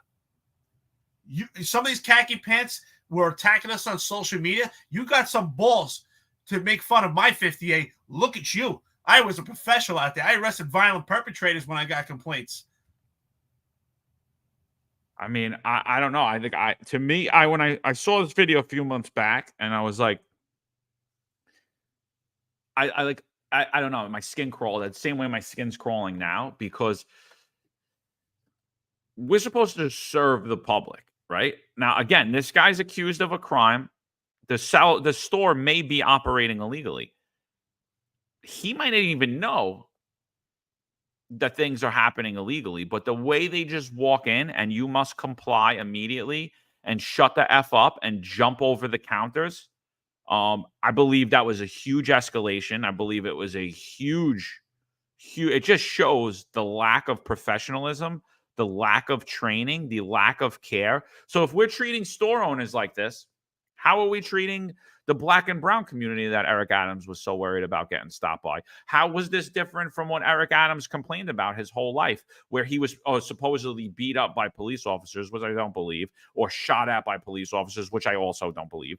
How is this any different from all of the stuff that Eric Adams said that he was going to change under his police department, that we haven't changed who he is? Why is this okay? Why is this okay? This isn't okay. This is a non-violent store owner who's probably never been arrested in his life, and he needs a little bit of clarification. He needs a little bit of understanding. He needs a little bit of tact. I would have talked that guy into handcuffs. It wouldn't even have been a problem. Probably more than likely wouldn't even have needed to get into handcuffs. But if I did, it wouldn't have been that way. It wouldn't have been, let me jump on top of this guy's counter. That kid jumped on top of the counter the same way you jumped on top of a car in a violent riot while people are throwing bricks and wheelbarrows at people. He jumped across that thing because the guy said, "Can I see a search warrant?" Because he believes that this country has a constitution and his rights are protected here. right? And he believes he has a right to due process, but he was sadly mistaken. And so what happened? What's the outcome of this case? The case is that guess what happened, Eric? The cops are getting CCRB'd, and by the way, they deserve it. The cops are being investigated by CCR. I don't feel bad for them. But where's Sheriff Miranda? Where's anybody to stand up and say, well, technically this is the order that Eric Adams put in? Where are all those people? They don't care. They don't care about you. You think they care when you get a substantiated CCRB and this guy sues you and you're held civilly liable? You think Eric Adams cares? You think John Shell cares? You think Kaz Daughtry cares? You think any of them care? You know what you're going to have? You're going to have a dirty old pair of khaki pants. That's what you're going to have, and you're going to be paying this dude some money. See, this is why I even say, all right, as the most complained cop, and Cop Watch has put that I'm not the most complained cop, that there's people surpassing me. We've said that. People are going to far surpass me, and they're actually going to be in some real trouble. My complaints all stem from the most violent perpetrators, arresting people with firearms, illegal firearms, guns, robberies, actively involved into a shooting. And I never took action. I don't want to make this about me, but I never took action because I could. I took action because it was necessary. I didn't jump on top of a car because I could, and I wanted to be, get clout for that day, because that's what this cop wants to do, is he wants to flex his muscle. I did it because it was necessary, because we couldn't see what was coming down this hill because of the egress. I wanted to get to a better vantage point so I could protect the cops. And I was able to see that they were trying to pick up a wheelbarrow and they were throwing stuff on cops, and they had goggles on while throwing feces and urine, because it was necessary. What these cops are doing is just, I can tell you right now, epic fail on the cops, absolutely. But really, it's an epic fail on the leadership. I can tell you right now, there's absolutely no leadership, and we see it. It's reflective of a lieutenant that stomped on someone's head, because you're going to act and you're going to mirror what's going on with your leadership. This is an epic fail. Now, we're talking about that being completely unprofessional. It's embarrassing. That's why I've never said that CCRB should be disbanded. It's necessary, but it's how it's handled, because it's comprised of employees that have a complete disdain and bias for police work. So they don't understand the difference between Eric Dim arresting a violent perpetrator and having to deploy a strike when that perpetrator clenches his teeth and throws a strike. In comparison to this, this is unnecessary. This is completely unprofessional. I've done many search warrants and even violent perpetrators that I was able to talk to them, say, listen, sit down, we're going to have a conversation, we're going to search your place, and able to walk them into handcuffs. Because if that wasn't the case, I would have had thousands of complaints. I was arresting the most violent perpetrators constantly. But this is complete embarrassing. Again, it's unconstitutional what they're doing. Where are the chiefs? Again, every chief is compromised, because we're watching this video. Don't tell me you're not seeing this video. How are you not saying this is wrong, that we're actually entering a location and what we're doing? Is there illegal activity going on here? I don't know. John, we don't know that, because we don't know what's going on. Maybe there is. But even then, the ends don't justify the means. Even if there's illegal activity, he still has a right to his Fourth Amendment. You still need a court order, and you should still be professional.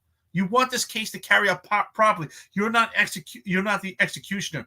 You're supposed to enforce the law. You're supposed to treat people with respect. This is completely unprofessional. At no point was this guy a danger that they had to get to this point, because their egos were hurt. I wonder where they learned that from. John, where do you think they learned that, the tan pants, that they have to protect their egos? You think there's somewhere they learned that from? Again, we've spoken about it before. There's a reason they went after young, impressionable kids for that unit who were inexperienced. It was so that they could mold them, and they could be molded by people who, when you look at the bosses, aren't people, and particularly the bosses at the top, aren't people that have proven to have integrity, aren't people that have proven to tell the truth throughout their career, haven't proven to actually be good police officers as it relates to dealing with the public, following the law, enforcing the law. So, I think, I fought the kids, but I don't blame them, because they were actually sucked into this way of policing. And when you look at those bosses, particularly the lieutenants and the sergeants that Shell had held to the dearest in those units, they're people that throughout their career, nobody likes them. Everybody that worked with them had questions about their integrity, didn't want to be around them. didn't want to get in a car with them, didn't want to be supervised by them. And that, and that's always speaks volumes to me. You know what I mean? So that's why I love, the search to find people who hate me and you, Eric, throughout our careers. Now, there's people that aren't fans of us, like, I don't like that guy. I don't like that guy. He was this. He thought his shit didn't stink. Whatever the argument was. But hard pressed to find anyone to say, yeah, you know what? But they weren't good cops. Very hard pressed to say that. We weren't good guys. We weren't good with the community. You aren't going to find people to do that. I mean, they could find people now. They could drum it up the same way you could drum up things against Donald Trump. You could find people to come out of the woodwork, but nobody's going to back up those claims. It'll be one or two people. You know what I mean? It'll be groups that are heavily tied to the NYPD and heavily tied to these people. So anybody that does it, it would be clear as day where it's coming from. That's a complete smear, attack, lie campaign. So that's the thing that I think, when you think about all the stuff that you see wrong, 100%, it comes from the leadership. This is not the proper way to do a business inspection. This looked like a raid. This was a raid. This is all the stuff that I heard them say at that press conference that we played when they talk about the March program. They painted the March program out to be like this when it wasn't. There was actually inspections done prior to putting anyone in handcuffs or getting crazy and cursing at people and things like that of that nature. The way they painted and demonized the March program and pulled it down, they actually did worse than the March program here. So it makes no sense. It makes no sense. I hate talking about de-escalation because it's the buzzword for the left, especially New York City Council. They love to use that buzzword de-escalation because they don't even know what it means. But let's talk about escalation. This is absolutely an escalation of dealing with the public, of dealing with a business owner. Their approach was so significant. Their approach was so elevated. It was absolutely terrible. I mean, they already came up there, hopped up. It's unbelievable. I can clearly see right here. They've already painted the picture to me what goes on in this unit. So again, I mean, if they're acting like this with a business owner who has illegal weed activity, what are they going to act like when they're actually dealing with a perpetrator that's in possession of a legal firearm? How are they going to deal with a perpetrator that just committed a robbery? I mean, and that's not our job. Our job is not to go out there to beat people senseless because we can. Our job is to get someone in custody so that we can get them in court so that they can face trial for persecution and prosecution. But again, I agree with you, John, and I say it all the time. Small unit leadership breakdown. I blame the leadership, but I blame the leadership at the top the most because what goes on in the rank and file and the low-level management within the police department is a mirror image and reflective of the upper ranks of the police department. John Schell, his pissing matches, his tyrannical position, his authoritative position, him being a bully, along with Kaz Daughtry on social media, has trickled down to the police department, and especially with the khaki pants, when they're afforded amenities that other members of the police department don't get. They're acting like reckless cowboys. AJ just said cowboys are back. Not only are they cowboys, but they're reckless. It looks so unprofessional. It's terrible. And it's obvious they don't even care that they're caught on camera. They have to know that there's cameras there. So they're highly aware of that, and they just don't care because they're operating with these amenities under John Schell and Kaz Daughtry and this ineffective police department. Every chief is compromised. Every chief is affected. Not one chief has the balls to stand up and say this is absolutely unprofessional and this is a terrible image of the police department. And the Civilian Complaint Review Board, John and I just witnessed it. You should substantiate charges. That is unprofessional, absolutely insane. If you need an expert witness, you have it right here. That is not a reflection of the police department. The general population of the police department does not act in that manner. That is not a reflection of the rank and file. That's a reflection of some reckless cowboys that are wearing khaki pants because they have not been properly trained. They've been trained by ineffective leadership. We know we've been attacked on social media by Captain Thomas Kaminsky, loser. We've been attacked by the losers of that unit who have zero professionalism. If that's how the cops are acting, could you imagine how they act when they're not on camera and how they deal with the public? I feel sorry that the public has to deal with them, and I feel sorry for the rest of the police department that has to deal with these kids. If you ask me, you can see the way that they're moving. This unit got Jonathan Diller killed. It's really sad because they're not properly trained, and look how they're moving. It's just insane. It's it's sad to see. It's sad to see. So I think we cracked Operation Padlock's been a staple of this podcast. I think we labeled out the corruption of it. We labeled the illegality of it out. Tons of issues when it relates to the sheriffs themselves. They're saying they're being overworked because of it. All of the stuff that they're seizing is being done improperly. Sheriffs are getting sick from it because they're not storing it in the proper places. The reporting requirements aren't being met. Obviously there's so many things around Operation Padlocks, but don't think for 1 second, because the New York Post printed an article and said it's unconstitutional, that this is going to stop, because it's not. It's going to continue. Eric Adams, again, does not respect, believe in, or follow the law. He's proven that time and time again. Tom spoke about redemption. If he wants to make New York City great again, people can change. I totally believe in it and redemption. I think he has to pay back his debt to society. I think he needs to. I think by the same stick you measure, you also should be measured. So I think that Eric Adams needs to be held to account for the crimes he's committed and the things he's did. I've said it numerous times. Eric, you're more than welcome. Come down, have a cup of coffee with me. You're welcome at home. We'll have an actual conversation. I have no hate for the man. I don't have any hate in my heart for any of these losers. They're complete losers. I continuously get phone calls. Oh, you're the most hated man in New York City. I'm like, no, I'm not. I'm not the most hated man in New York City. I'm not the most hated man in the New York City Police Department. I'm like, that's absolutely a falsehood. When I go to New York City, I get nothing but love. Cops stop the car. They come out. We bull crap. We talk. I get love from everybody. There's a few dirtbags in New York City that don't like me. I could care less about those people. I got no hate for them. You want to hate me? Hate me. No big deal. I could care less. John, you know what? I don't hate people. I don't believe in hate, but I do hate cowards. I'll never forget when we started this podcast together. I'll never forget we had a conversation. John and I would talk on the phone for hours talking about, what we're going to do with this podcast and the information we want to put out, the ideas. And we realized, we're spending 3 hours on the phone. Why don't we just do a long version of a podcast? And I never forget, I said, John, I'm not a religious man, but I just hate cowards. And I think that it's really cowards that destroy the police department. And John said, you got to look at the Bible, right? He said, if you look at all the ideology of the Bible, is that the cowards are worse than a rapist. Cowards are worse than a thief. And I believe the same thing goes here, right? Because every chief in the police department, if you're not saying anything, you're a coward. You're watching this.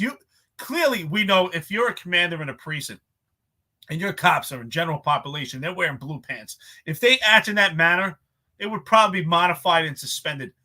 We wouldn't even have to worry about CCRB taking action. If that video was exposed on the Post and Eric Adams saw that video, maybe if he, and the cops were acting that manner, even with them doing an unconstitutional operation, they'd probably be suspended and modified. We seen a white police officer in Staten Island in the 122 precinct about a year and a half ago get suspended for punching a girl in the face that just deployed punches to his face. And immediately, without investigation, Eric Adams said, it doesn't look good. And that cop was suspended. So just based on optics, that doesn't look good either. That looks terrible. That looks far worse than the cop deploying a punch to a girl's face after getting punched repeatedly himself. This looks far worse. And no one's getting suspended or modified. So you have to ask yourself, is John and Eric right? Is this a three-tiered system? It sure is. The police department is now a three-tiered system. General population, blue pants, khaki pants is another tier, and also the tier of the upper echelon. And not one member of the upper echelon is going to stand up and say, that's absolutely insane. My cops, not one chief, not one commanding officer is going to say, you know what, my cop, my detective was suspended and modified for far less. This is ridiculous. This is unprofessional. This is not a reflection of the police department that I stand up and want to be the chief of department for, right? Because all these chiefs are striving to be the chief of department. Not one of them is standing up saying it. Not is the first deputy commissioner. She's not saying a word. The police commissioner, Tom Sullivan, you're there. You ask yourself what time for changes need to be made.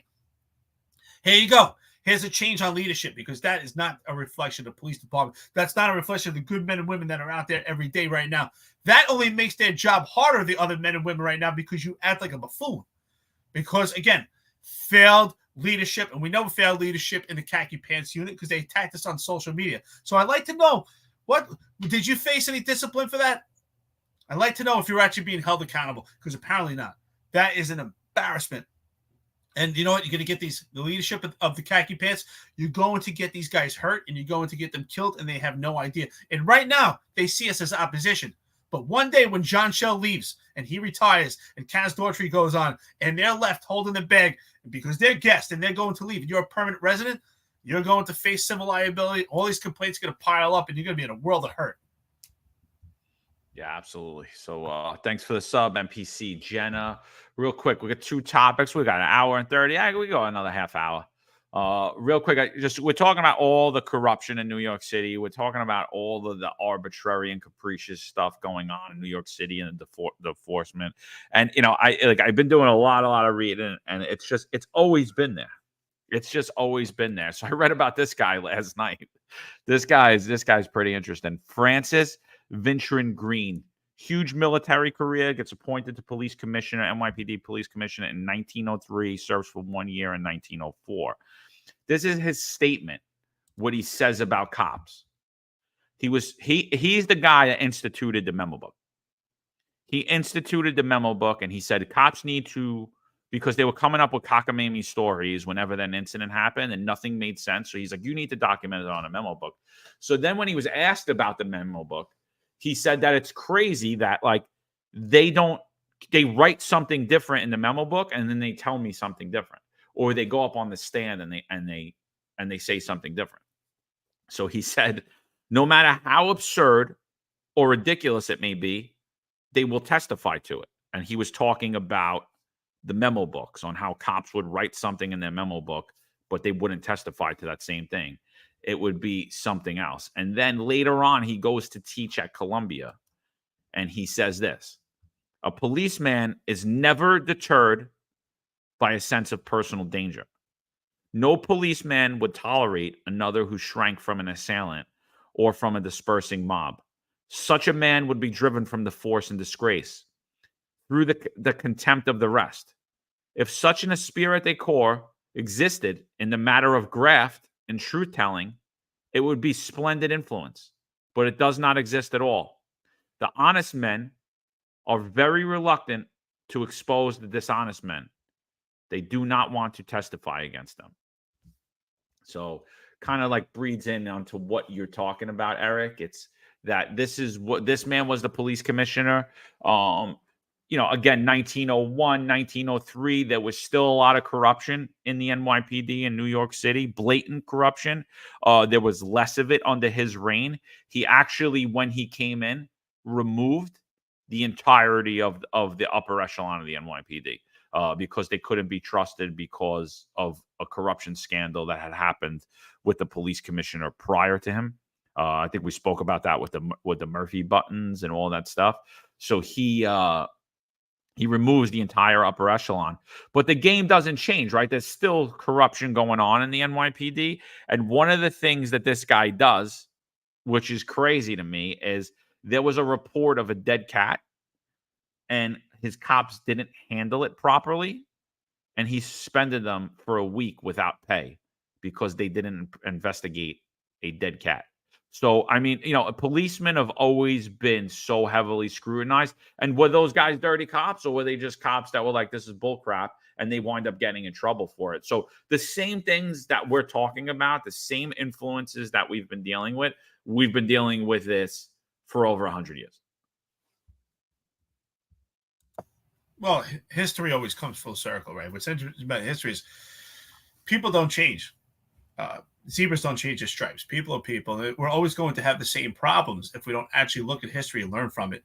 We always have to have our finger on the pulse and realize that in government, we're always allowing corruption to seep if we're not holding each other accountable. That's why I say all the time, there's no better force than policing our own.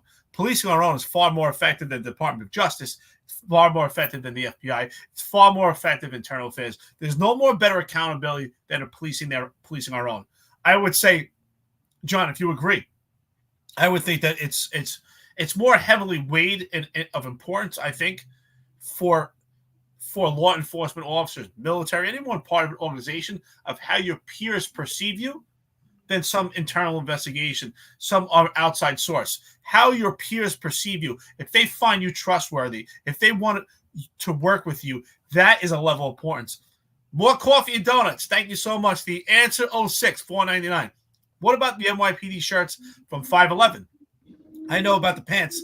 My current department used them as a standard uniform. I'm not too familiar right now what's going on with the shirts, but I can tell you it's definitely interesting what's going on with the pants. These 511 pants, a proprietary item. The appearance of impropriety is there. We have a sergeant that worked in the equipment section of the police department who's now retired, who was supposedly the sales rep for 511, and now 511 is a proprietary item for the police department. And now these police stores, retail stores, are stuck with money on a shelf. They have inventory that they could not sell. This is a major problem, and it caused distrust with the police department also. John, what are your thoughts on that? What were you saying before? I'm sorry. I was just Benito. If you're listening, I had to put you in a timeout, dude. You're getting a little too crazy on the chat. You can't. You want to make comments? You can make comments, but you can't bombard the comment section and harass people. Like, you want to say what you got to say it, do it. You could continuously do it, but it can't be rampant. You're taking over the whole chat, so I'll put you in a timeout. You could come back though. We don't ban people, but you need. No, that's good. That's great. Listen, we appreciate we appreciate the comments. We like the conversation. I see the conversation going back and forth on the chat. We're very tolerable of trolls, but at the same time, we have to respect each other and allow other people to get comments in and let the conversation flow. So yeah, John, good call. Thank you, brother. Yeah, so I'm sorry I missed it. I see the answer 6. Thank you for donating to the podcast. We appreciate it. He says, what about the shirts from 511? I know about the pants. So we know the pants. The pants, again, we never had a proprietary item, a proprietary piece of uniform item where it had to be a certain company. I do like 511 products. I have a 511 weighted vest that I run with. I do pull-ups with. I do push-ups, and I walk with it. So I am a fan of 511. The shirts aren't the same way as the pants. The shirts aren't also required. You could get a shirt from any manufacturer as long as it meets the requirements, the mandated requirements, where the buttons go, the measurements, the color that it must be, where the pockets must be. As long as it meets those requirements, you could get that same shirt made from anywhere, or you could get it custom made. Same's been true for pants forever. So that's why we highlighted how eyebrow raising that was, and how it was related to the Murphy button, which we seen with the first NYPD police commissioner, where when the NYPD shrunk from 18 different police agencies down to only one in New York City, became the 5 boroughs consolidated to become New York City, where he created a button and he said everyone must put 7 of these buttons on their uniform. They cost 7 cents each. But then it later comes out that he patented the button, and he got paid. He got a percentage of every person that bought a button. So it appears to be a similar thing that happened. The shirts to today aren't mandated to be from 511. I do like 511 stuff, but again, I just don't think that it's right to mandate. I think, one, for the businesses, and I think, 2, for anybody. You never know, like what's you could tell us you have to wear this style material, it has to be this color, but if you're going to mandate it, that should happen through a bid process. And then you should actually give that equipment to the officers. It shouldn't be something they should have to purchase on their own. You're mandating officers to use their own money. If you're going to mandate something, then the department should run that through a bid process and purchase it for the officers. And that's the reason they don't do that. So I don't know what this is. To me, it looks like, again, blatant corruption. It's eye-opening. Whether it is corruption or not. Whether it is corruption or it's not corruption, it's wrong. It violates conflict of interest. I got to laugh. Here's a cup of coffee right here. Tom with a cup of coffee. Experiment tomorrow. 100% ignore Juju tomorrow. I have no problem. For the most part, we do ignore Juju. Juju, we don't want him to cry. But God, and if anything, Juju should thank us. Really, Juju should thank us. spending 8 hours a day with this podcast, getting overtime, getting to be part of this community. So, yeah, but you know what? I'm down. So, Juju, I don't know if you'll be present tomorrow, but you won't be acknowledged. Sounds good. Just Tom, remind us in the morning. Remind us. I forget. My memory's fleeting me recently. Although the creatine's been helping it. Yeah. So, all right. So we're talking about corruption. Before we go ahead, we got 473 people in the chat. If you guys could do me a favor, if you could like this, share it out, subscribe, ring the notification bell. Obviously, a lot of you guys have been here for a while. You see what's going on. Our accounts are getting mass reported. I just looked at the Twitter. We only have 300 people on here on Twitter. The tweet only has about 300 views. So like our traction, all of the mass reporting and all of the fraudulent copyright claims that are being put in by NYPD and people who they work with, what it's doing is diminishing our reach. So if you guys could just do us a favor, like and share out. If you're on X, if you're on YouTube, I really appreciate that. Yvette says, John, does your toothpaste contain fluoride? No, Yvette. My wife is big against fluoride. She's been for years, and there's no fluoride in my home. Other than in my drinking water, which I don't think we can do anything about. but no, so our toothpaste doesn't have it. So.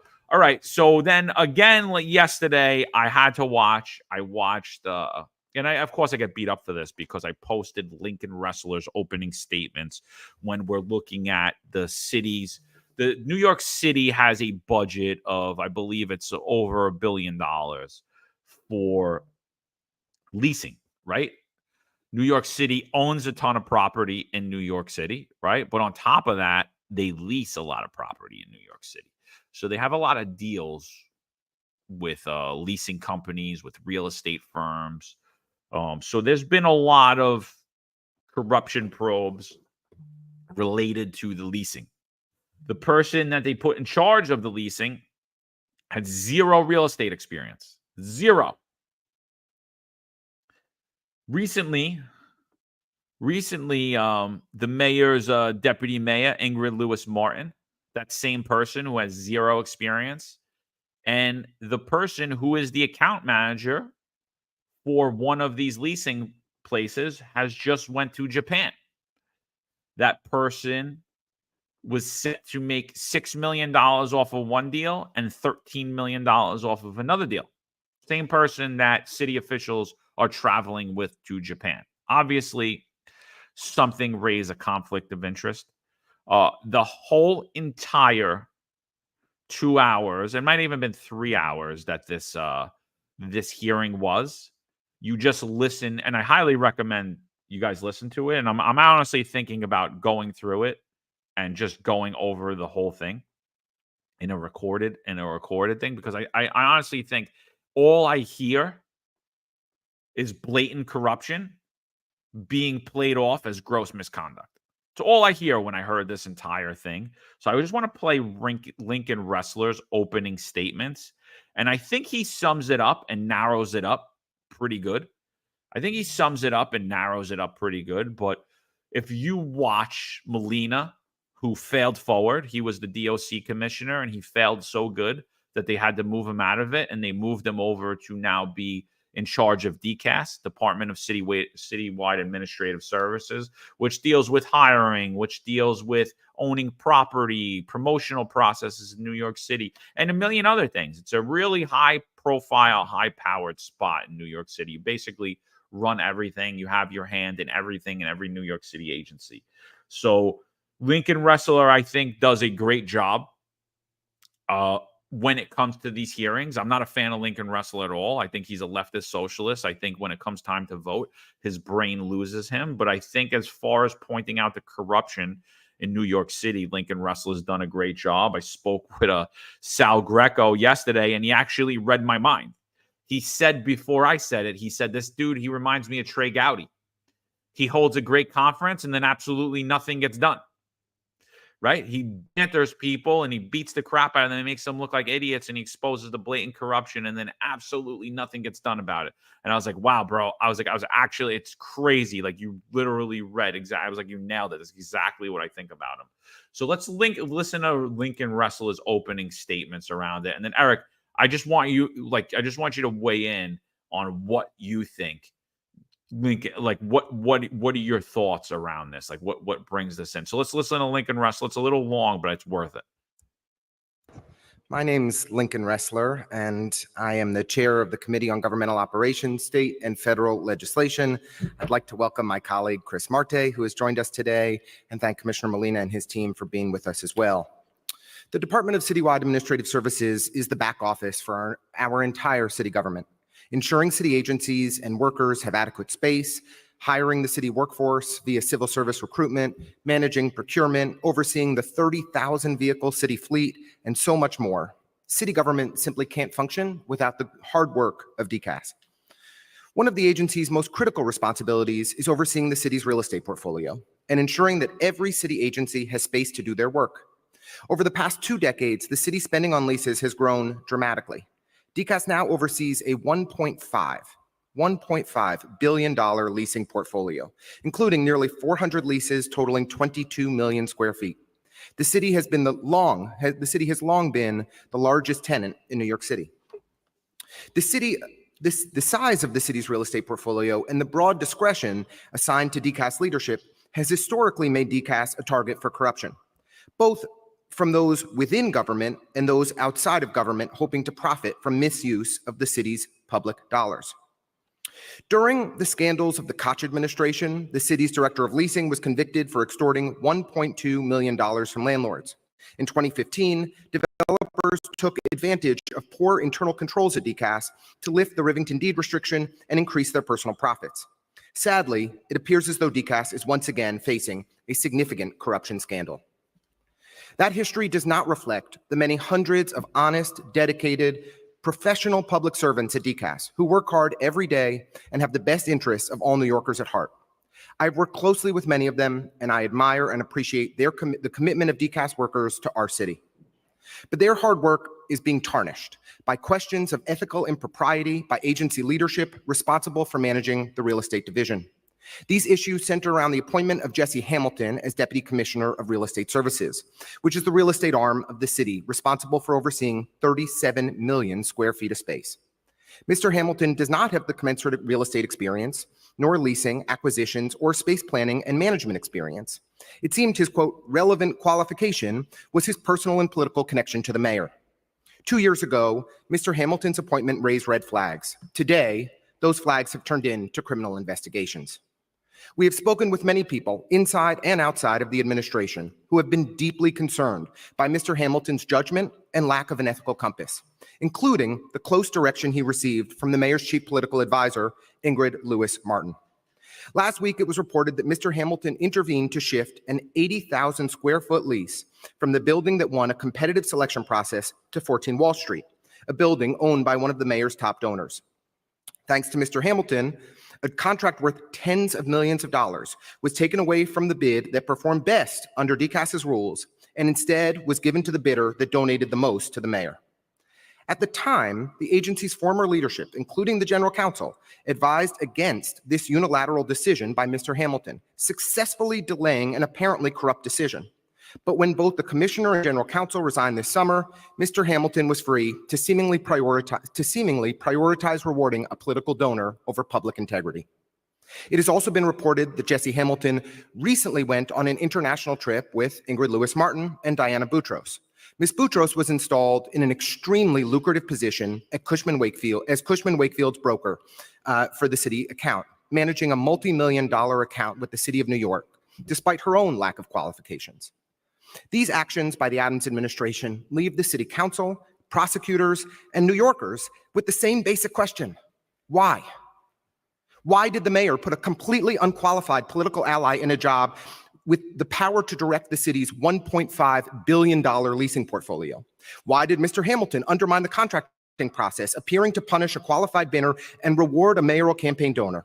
And why did Mr. Hamilton go on vacation to Japan with Ingrid Lewis-Martin and a real estate executive who benefits from DCAS real estate deals? It's the job of the city council to provide stringent oversight of the mayor and city agencies. I believe DCAS's first responsibility is not to the mayor nor his political advisors, but to the public we all serve. That starts by answering questions in a forthright manner and joining the city council in committing to advancing transparency, accountability, and integrity in our city government. With that, I want to thank our committee. So you heard it there. $1.5 billion portfolio. All of the things that were normal and when it relates to procurement of leases have been thrown out the window in order to favor Cushman Wakefield and this person that they're going on vacation with. So it's wild. Like, is this just a DCAS problem? Is this an Adams problem? Like, what are you seeing? Well, again, I mean, we have to be honest and stop trying to deflect to each organization and say DCAS is compartmentalized and NYPD is compartmentalized. Every problem in the city right now is reflective of leadership. We've been saying it. I've been saying it. I'm still an advocate to say it. And I'm going to stand by that. Eric Adams is responsible for every flaw that's going on in the city right now, particularly with DCAS. What do we see with DCAS? He talked about ethical compass. The ethical compass of Eric Adams is extremely questionable, has been highlighted with scandal. What Lincoln Ressler is saying here is that there is outright scandal. There is outright corruption. And what he's saying at this point is that the preponderance of evidence is met and that there is corruption going on. He didn't say the potential is there, the appearance. We're talking right now, there is confirmed corruption. And everything has to do with private contracts here. We're talking about trips to Japan. We're talking about the amenities that are taken from this real estate deal. And John, you and I spoke about it yesterday. It's not $1 million. We're talking about millions. They're making millions off these private contracts. So everything goes back to Eric Adams himself. Eric Adams appoints the people that are put in these positions in each agency. So it's not just compartmentalized to the NYPD. It's not compartmentalized to DCAS. It's every agency in the city right now. It's just riddled with a negative ethical compass. It's complete corruption. I got to laugh at the same time.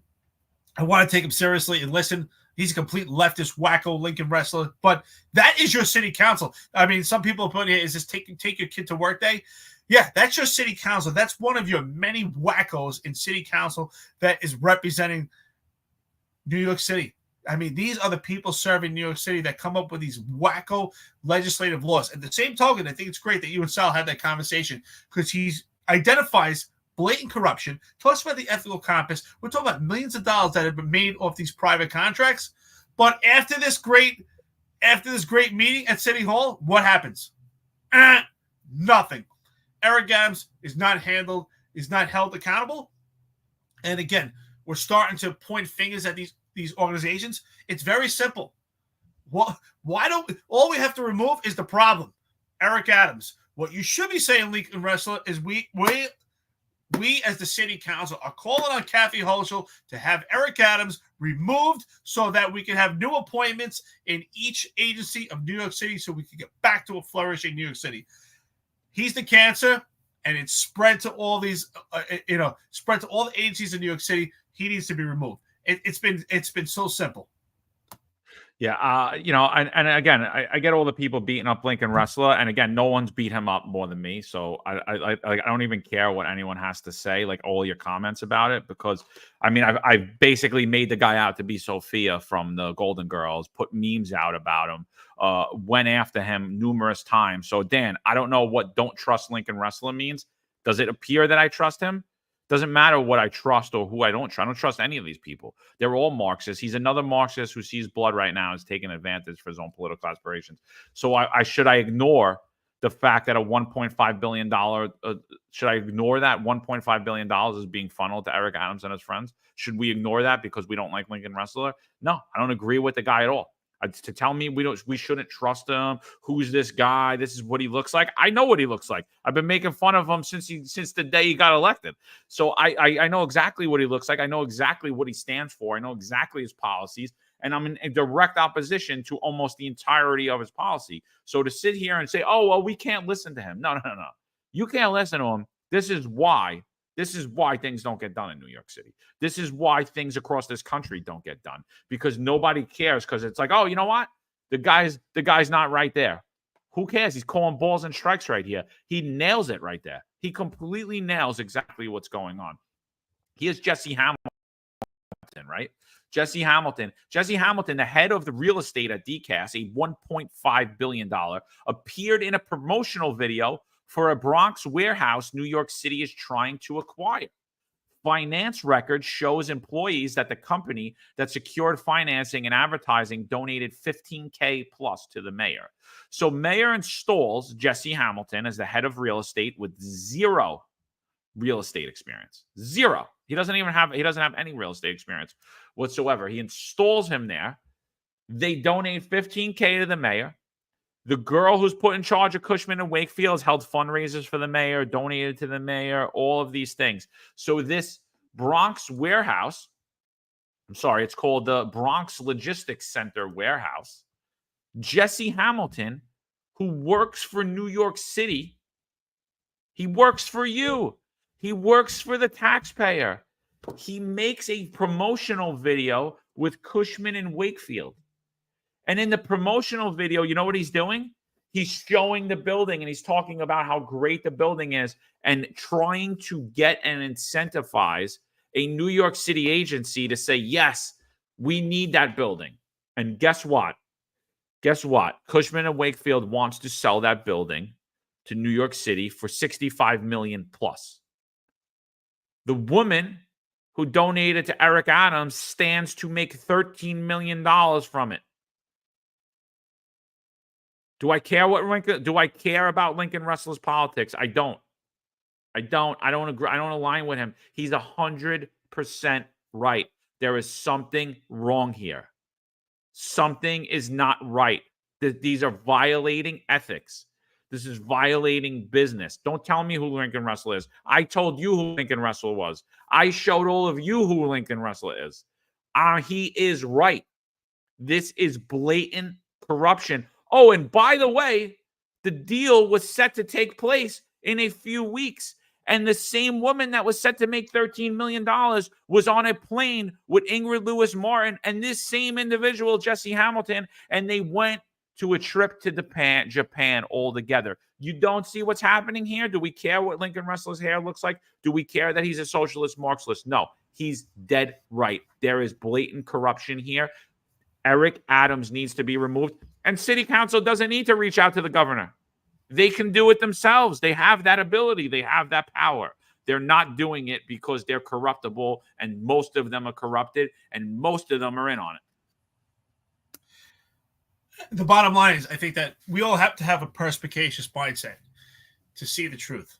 And what does that mean to have a perspicacious mindset? It means that you understand things, right? So we understand that the city council is comprised of a bunch of wackos, but at the same token, the enemy of your enemy is your friend. At this point, we have to see them as friends because it's the only entity right now that can actually have Eric Adams removed. Kathy Hochul, that's a complete waste at this point. Eric Adams is not going to step down. So the only chance of this city coming back is actually the city council is putting their finger on it. This is the last straw, and he's identified the preponderance of evidence. Listen, they're a complete bunch of wackos. I'm sure the next subject we talk about, we're going to completely disagree, but he's absolutely right. But the question is, what actions are they going to take? And what we see from city council is just talk. The only actions they take is against members of law enforcement and the police department. But are they going to take action again? Because what he laid out is the preponderance of evidence. The preponderance of evidence is met. The ethical compass is completely just evolved in a negative light when it comes to the agencies of New York City. And who is at the forefront? It's Eric Adams. We have to hold Eric Adams accountable. And Eric Adams needs to go. That's the bottom line. Get that bum out. We see every agency affected. And what do we see? We see the mirroring of Eric Adams. We see everyone involved in these private contracts. We shouldn't have someone promoting a video based on real estate. Isn't that a conflict of interest? Sal Greco's here with us. What's up, brother? Sal's our good buddy. He always talks about conflict of interest. There's a conflict of interest. Why? Why is conflict of interest so important? Sal Greco knows, we talk about it all the time, because it's corruption. Conflict of interest is corruption. It's corruption by private contracts, corruption of funding. And we have to be honest. Lincoln wrestled himself, and we can joke all day. He's a joke in itself, but he's right about this. He's right, and we all have to say it. We have to stop saying, well, we're going to get someone who's worse for the city. How much worse could it get? Could it really get worse than Eric Adams? Everything's riddled with corruption right now. Even if we get someone that has no business being in politics, I can tell you right now, you could take your average police officer and put them in, make them the mayor right now. If they have the ability to appoint the right people in and around them that have credibility, that have integrity, then we could start flourishing and we could get back to a better version of the city that we're in now and we were in before with former Mayor Bill de Blasio. Oh, and then shocker, immediately after this hearing, guess what happened? DCAS says it's no longer going to go through with the plans to buy the Bronx Logistics Center, a deal that could have resulted in a $13 million plus for the broker who's travel buddies with Hamilton and the mayor's closest advisor, as well as a huge donor to the Eric Adams. So it was that deal, and it was another deal, and I'm sure if you look at all of the other deals, the other deal, I forget the name of the building that they were talking about, but it was a lease, and basically everything, like DCAS has a checkbox of how they decide how they're going to pick a leased facility and how they're going to lease it, and the facility that checked all the boxes that in their checks, like, okay, this is good, the owner is good, the space meets the requirement, the one that checked all the boxes and that was overwhelmingly the better option, DCAS decided to go with the other one instead. It's like, wait a minute. And then they would have had to move the entire staff out of this building into a building. And they continuously were saying throughout the thing, saving taxpayers $31 million. Saving taxpayers $31 million. And Lincoln Wrestler says, well, I'm not seeing how it is. And if you could break it down to me, then I could explain it. And they couldn't explain anything. And they requested that Jesse Hamilton come to that meeting. Jesse Hamilton 2 days ago, that evening, said, I will be at City Council tomorrow. And guess where he wasn't during that hearing? He wasn't at City Council. Watch that hearing. You want to see how your money's being spent? You want to see the corruption, the gross corruption, the gross misconduct, the intentional gross whatever the hell you want to call it. Just watch that hearing. It's absolutely disgusting. 100%. Eric Adams should be removed. Forget just removing the entire upper echelon of the NYPD. Remove the entire upper echelon of every city agency. This is a criminal enterprise running New York City currently. Every operation that we see in New York City under Eric Adams appears to be a front for another operation. Operation Padlock, which we discussed this entire episode, appears to be an operation to actually get product and to make money because it's completely unconstitutional. The gun detection scanners, that appears to be an operation for some private contract. Who's benefiting from that? Because that was an epic fail. The robot, that appears to be a front for something else. That's a private contract. Who benefits from that?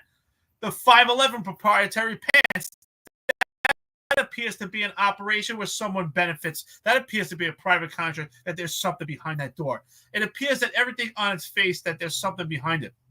This here appears to be these real estate deals appears to have a private contract behind it, which it is. And that's what we have to be honest, that behind every operation, behind every deal in New York City, there's a private contract behind it. Same thing. What's the biggest private contract right now? The migrant crisis. That's the biggest. That's why it's not going anywhere. So we just see levels and different aspects of corruption. And again, it all points back to, circle around, Eric Adams. Hold him accountable. He needs to go. That's the bottom line. Get that bum out. The only thing that bum is good for is content for this podcast. Yeah. So speaking of content, we got so much stuff that, we would be on here all day long. Which we're not gonna be. We're gonna get ready to wrap this up. Halloween is coming. I always wanted to be a 3-star chief. If you guys want to be a 3-star chief, is a great outfit. You too could be a 3-star chief. It also has the Deputy Commissioner of Public Information's outfit in there. Handcuffs are not included into this, obviously, because Tender Hands, or Action Shepherd, as we like to call him, with his 22 arrests, never needed those handcuffs. So you don't need them either, but you could be a 3-star chief. Listen, we still want to get to crime. We're not going to do that today. We'll get we'll get into that tomorrow. We want to go on the drone as a first responder program. We'll get to that tomorrow. There was a lot of stuff around this operation to Padlock to Protect. We're hearing a lot of stuff. A lot more is going to come out about this corruption scandal potentially tomorrow, Friday. See what happens with that. But I think as for tomorrow, we should focus on New York City crime, the rise of New York City crime, the failure of the drone as a first responder program, and the touting of it across the media. Kaz Daughtry and John Schell, the actual voices of the NYPD. So it's not just one voice, like Tom Donlan said. It's the two. It's the Gotham brothers. They're the voice of the NYPD. I think we should focus on that tomorrow. Eric, you got anything before we get out of here? Listen, I just want to say shout out to the cops on this podcast right now. Our friends and listeners, if you're active and you're a member of the service, you know what that says about you? Unlike what Kaz Daughtry said, where he believes the rank and file are stupid, they have no idea what's going on with the corruption. You're on this podcast because you know what's going on. Your eyes are open. Don't let that change you. These guys here, they got more costumes than Spirit Halloween. And I think what's interesting about Eric Adams, the only thing that he's done positive, and I've been trying to say to myself, what good has come out of Eric Adams, right? Because there's always some good that comes out of bad. And you know what good has come out of it? And Cop Watch actually put the comment here. I think this is the comment of the day. This is the only good, is he's actually brought us all together. The finest Unfiltered, Adam's got to go. BLM, Adam's got to go. CPU, which is Cop Watch here, Adam's got to go. I can continue, but I can name many 5-minute groups, left and right screaming, Eric Adams got to go. So that's the bottom line.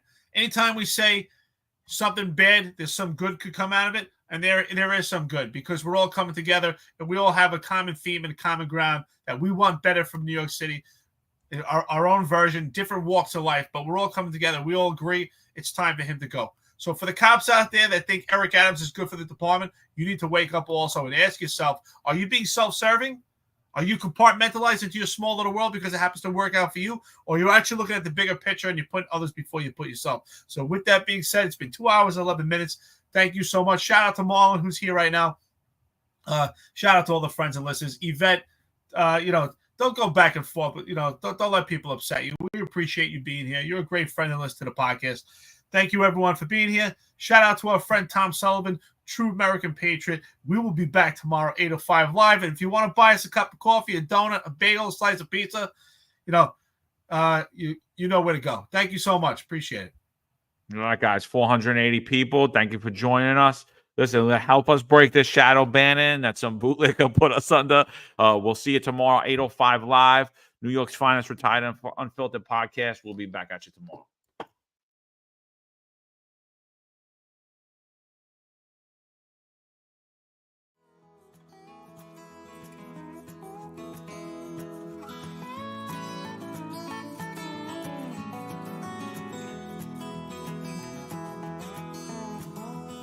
Tom Sullivan is the Republican, Conservative, and Common Sense Party candidate for New York State Assembly District 23. Tom is a financial professional who served simultaneously in the United States Army Reserve for 30 years and has now retired. His district covers Ozone Park, Lindenwold, Howard Beach, Broad Channel, and the Rockaway Peninsula. Come November, I would empower our law enforcement agencies to go out there and do their job and not put them or their families or their pensions at risk for doing their jobs. We need drastic change in Albany so that we have a say in this matter, and they realize people of New York State will hold them accountable. The Sullivan family has a legacy of service. Tom served for 30 years protecting and defending the rights of others. Come this November, he has earned your support. This advertisement's paid for by the Friends of Tom Sullivan. There's a handful of retired officers that don't live in the state that have a lot to say about the dream team, as I like to call it. All of a sudden, they retire and have a master plan on how to fight crime, but nothing to contribute when they were here. They want to come back and be part of the dream team. What can I say? Law enforcement professionals dedicate their lives to serving and protecting our community. But who's protecting their financial futures? That's where Laidlaw Blue comes in. Our wealth management platform is specifically designed for the law enforcement community. Laidlaw Blue is a division within Laidlaw Wealth Management, run by retired New York City detective John McDermott. His status as a retired detective uniquely positions him to establish a deep connection between Laidlaw Blue and the law enforcement community. Our platform is easy to use and provides a range of financial services, including investment management, retirement planning, and insurance solutions. With Laidlaw Blue, you can secure your financial future and provide for your loved ones. Our team of experienced financial advisors understands the unique challenges and opportunities that law enforcement professionals face. We're here to help you navigate the complexities of financial planning and achieve your goals. Laidlaw Blue. Secure your financial future today. Book a meeting using the QR code displayed or call us directly on 888 901 Blue. That's 888 901 Blue.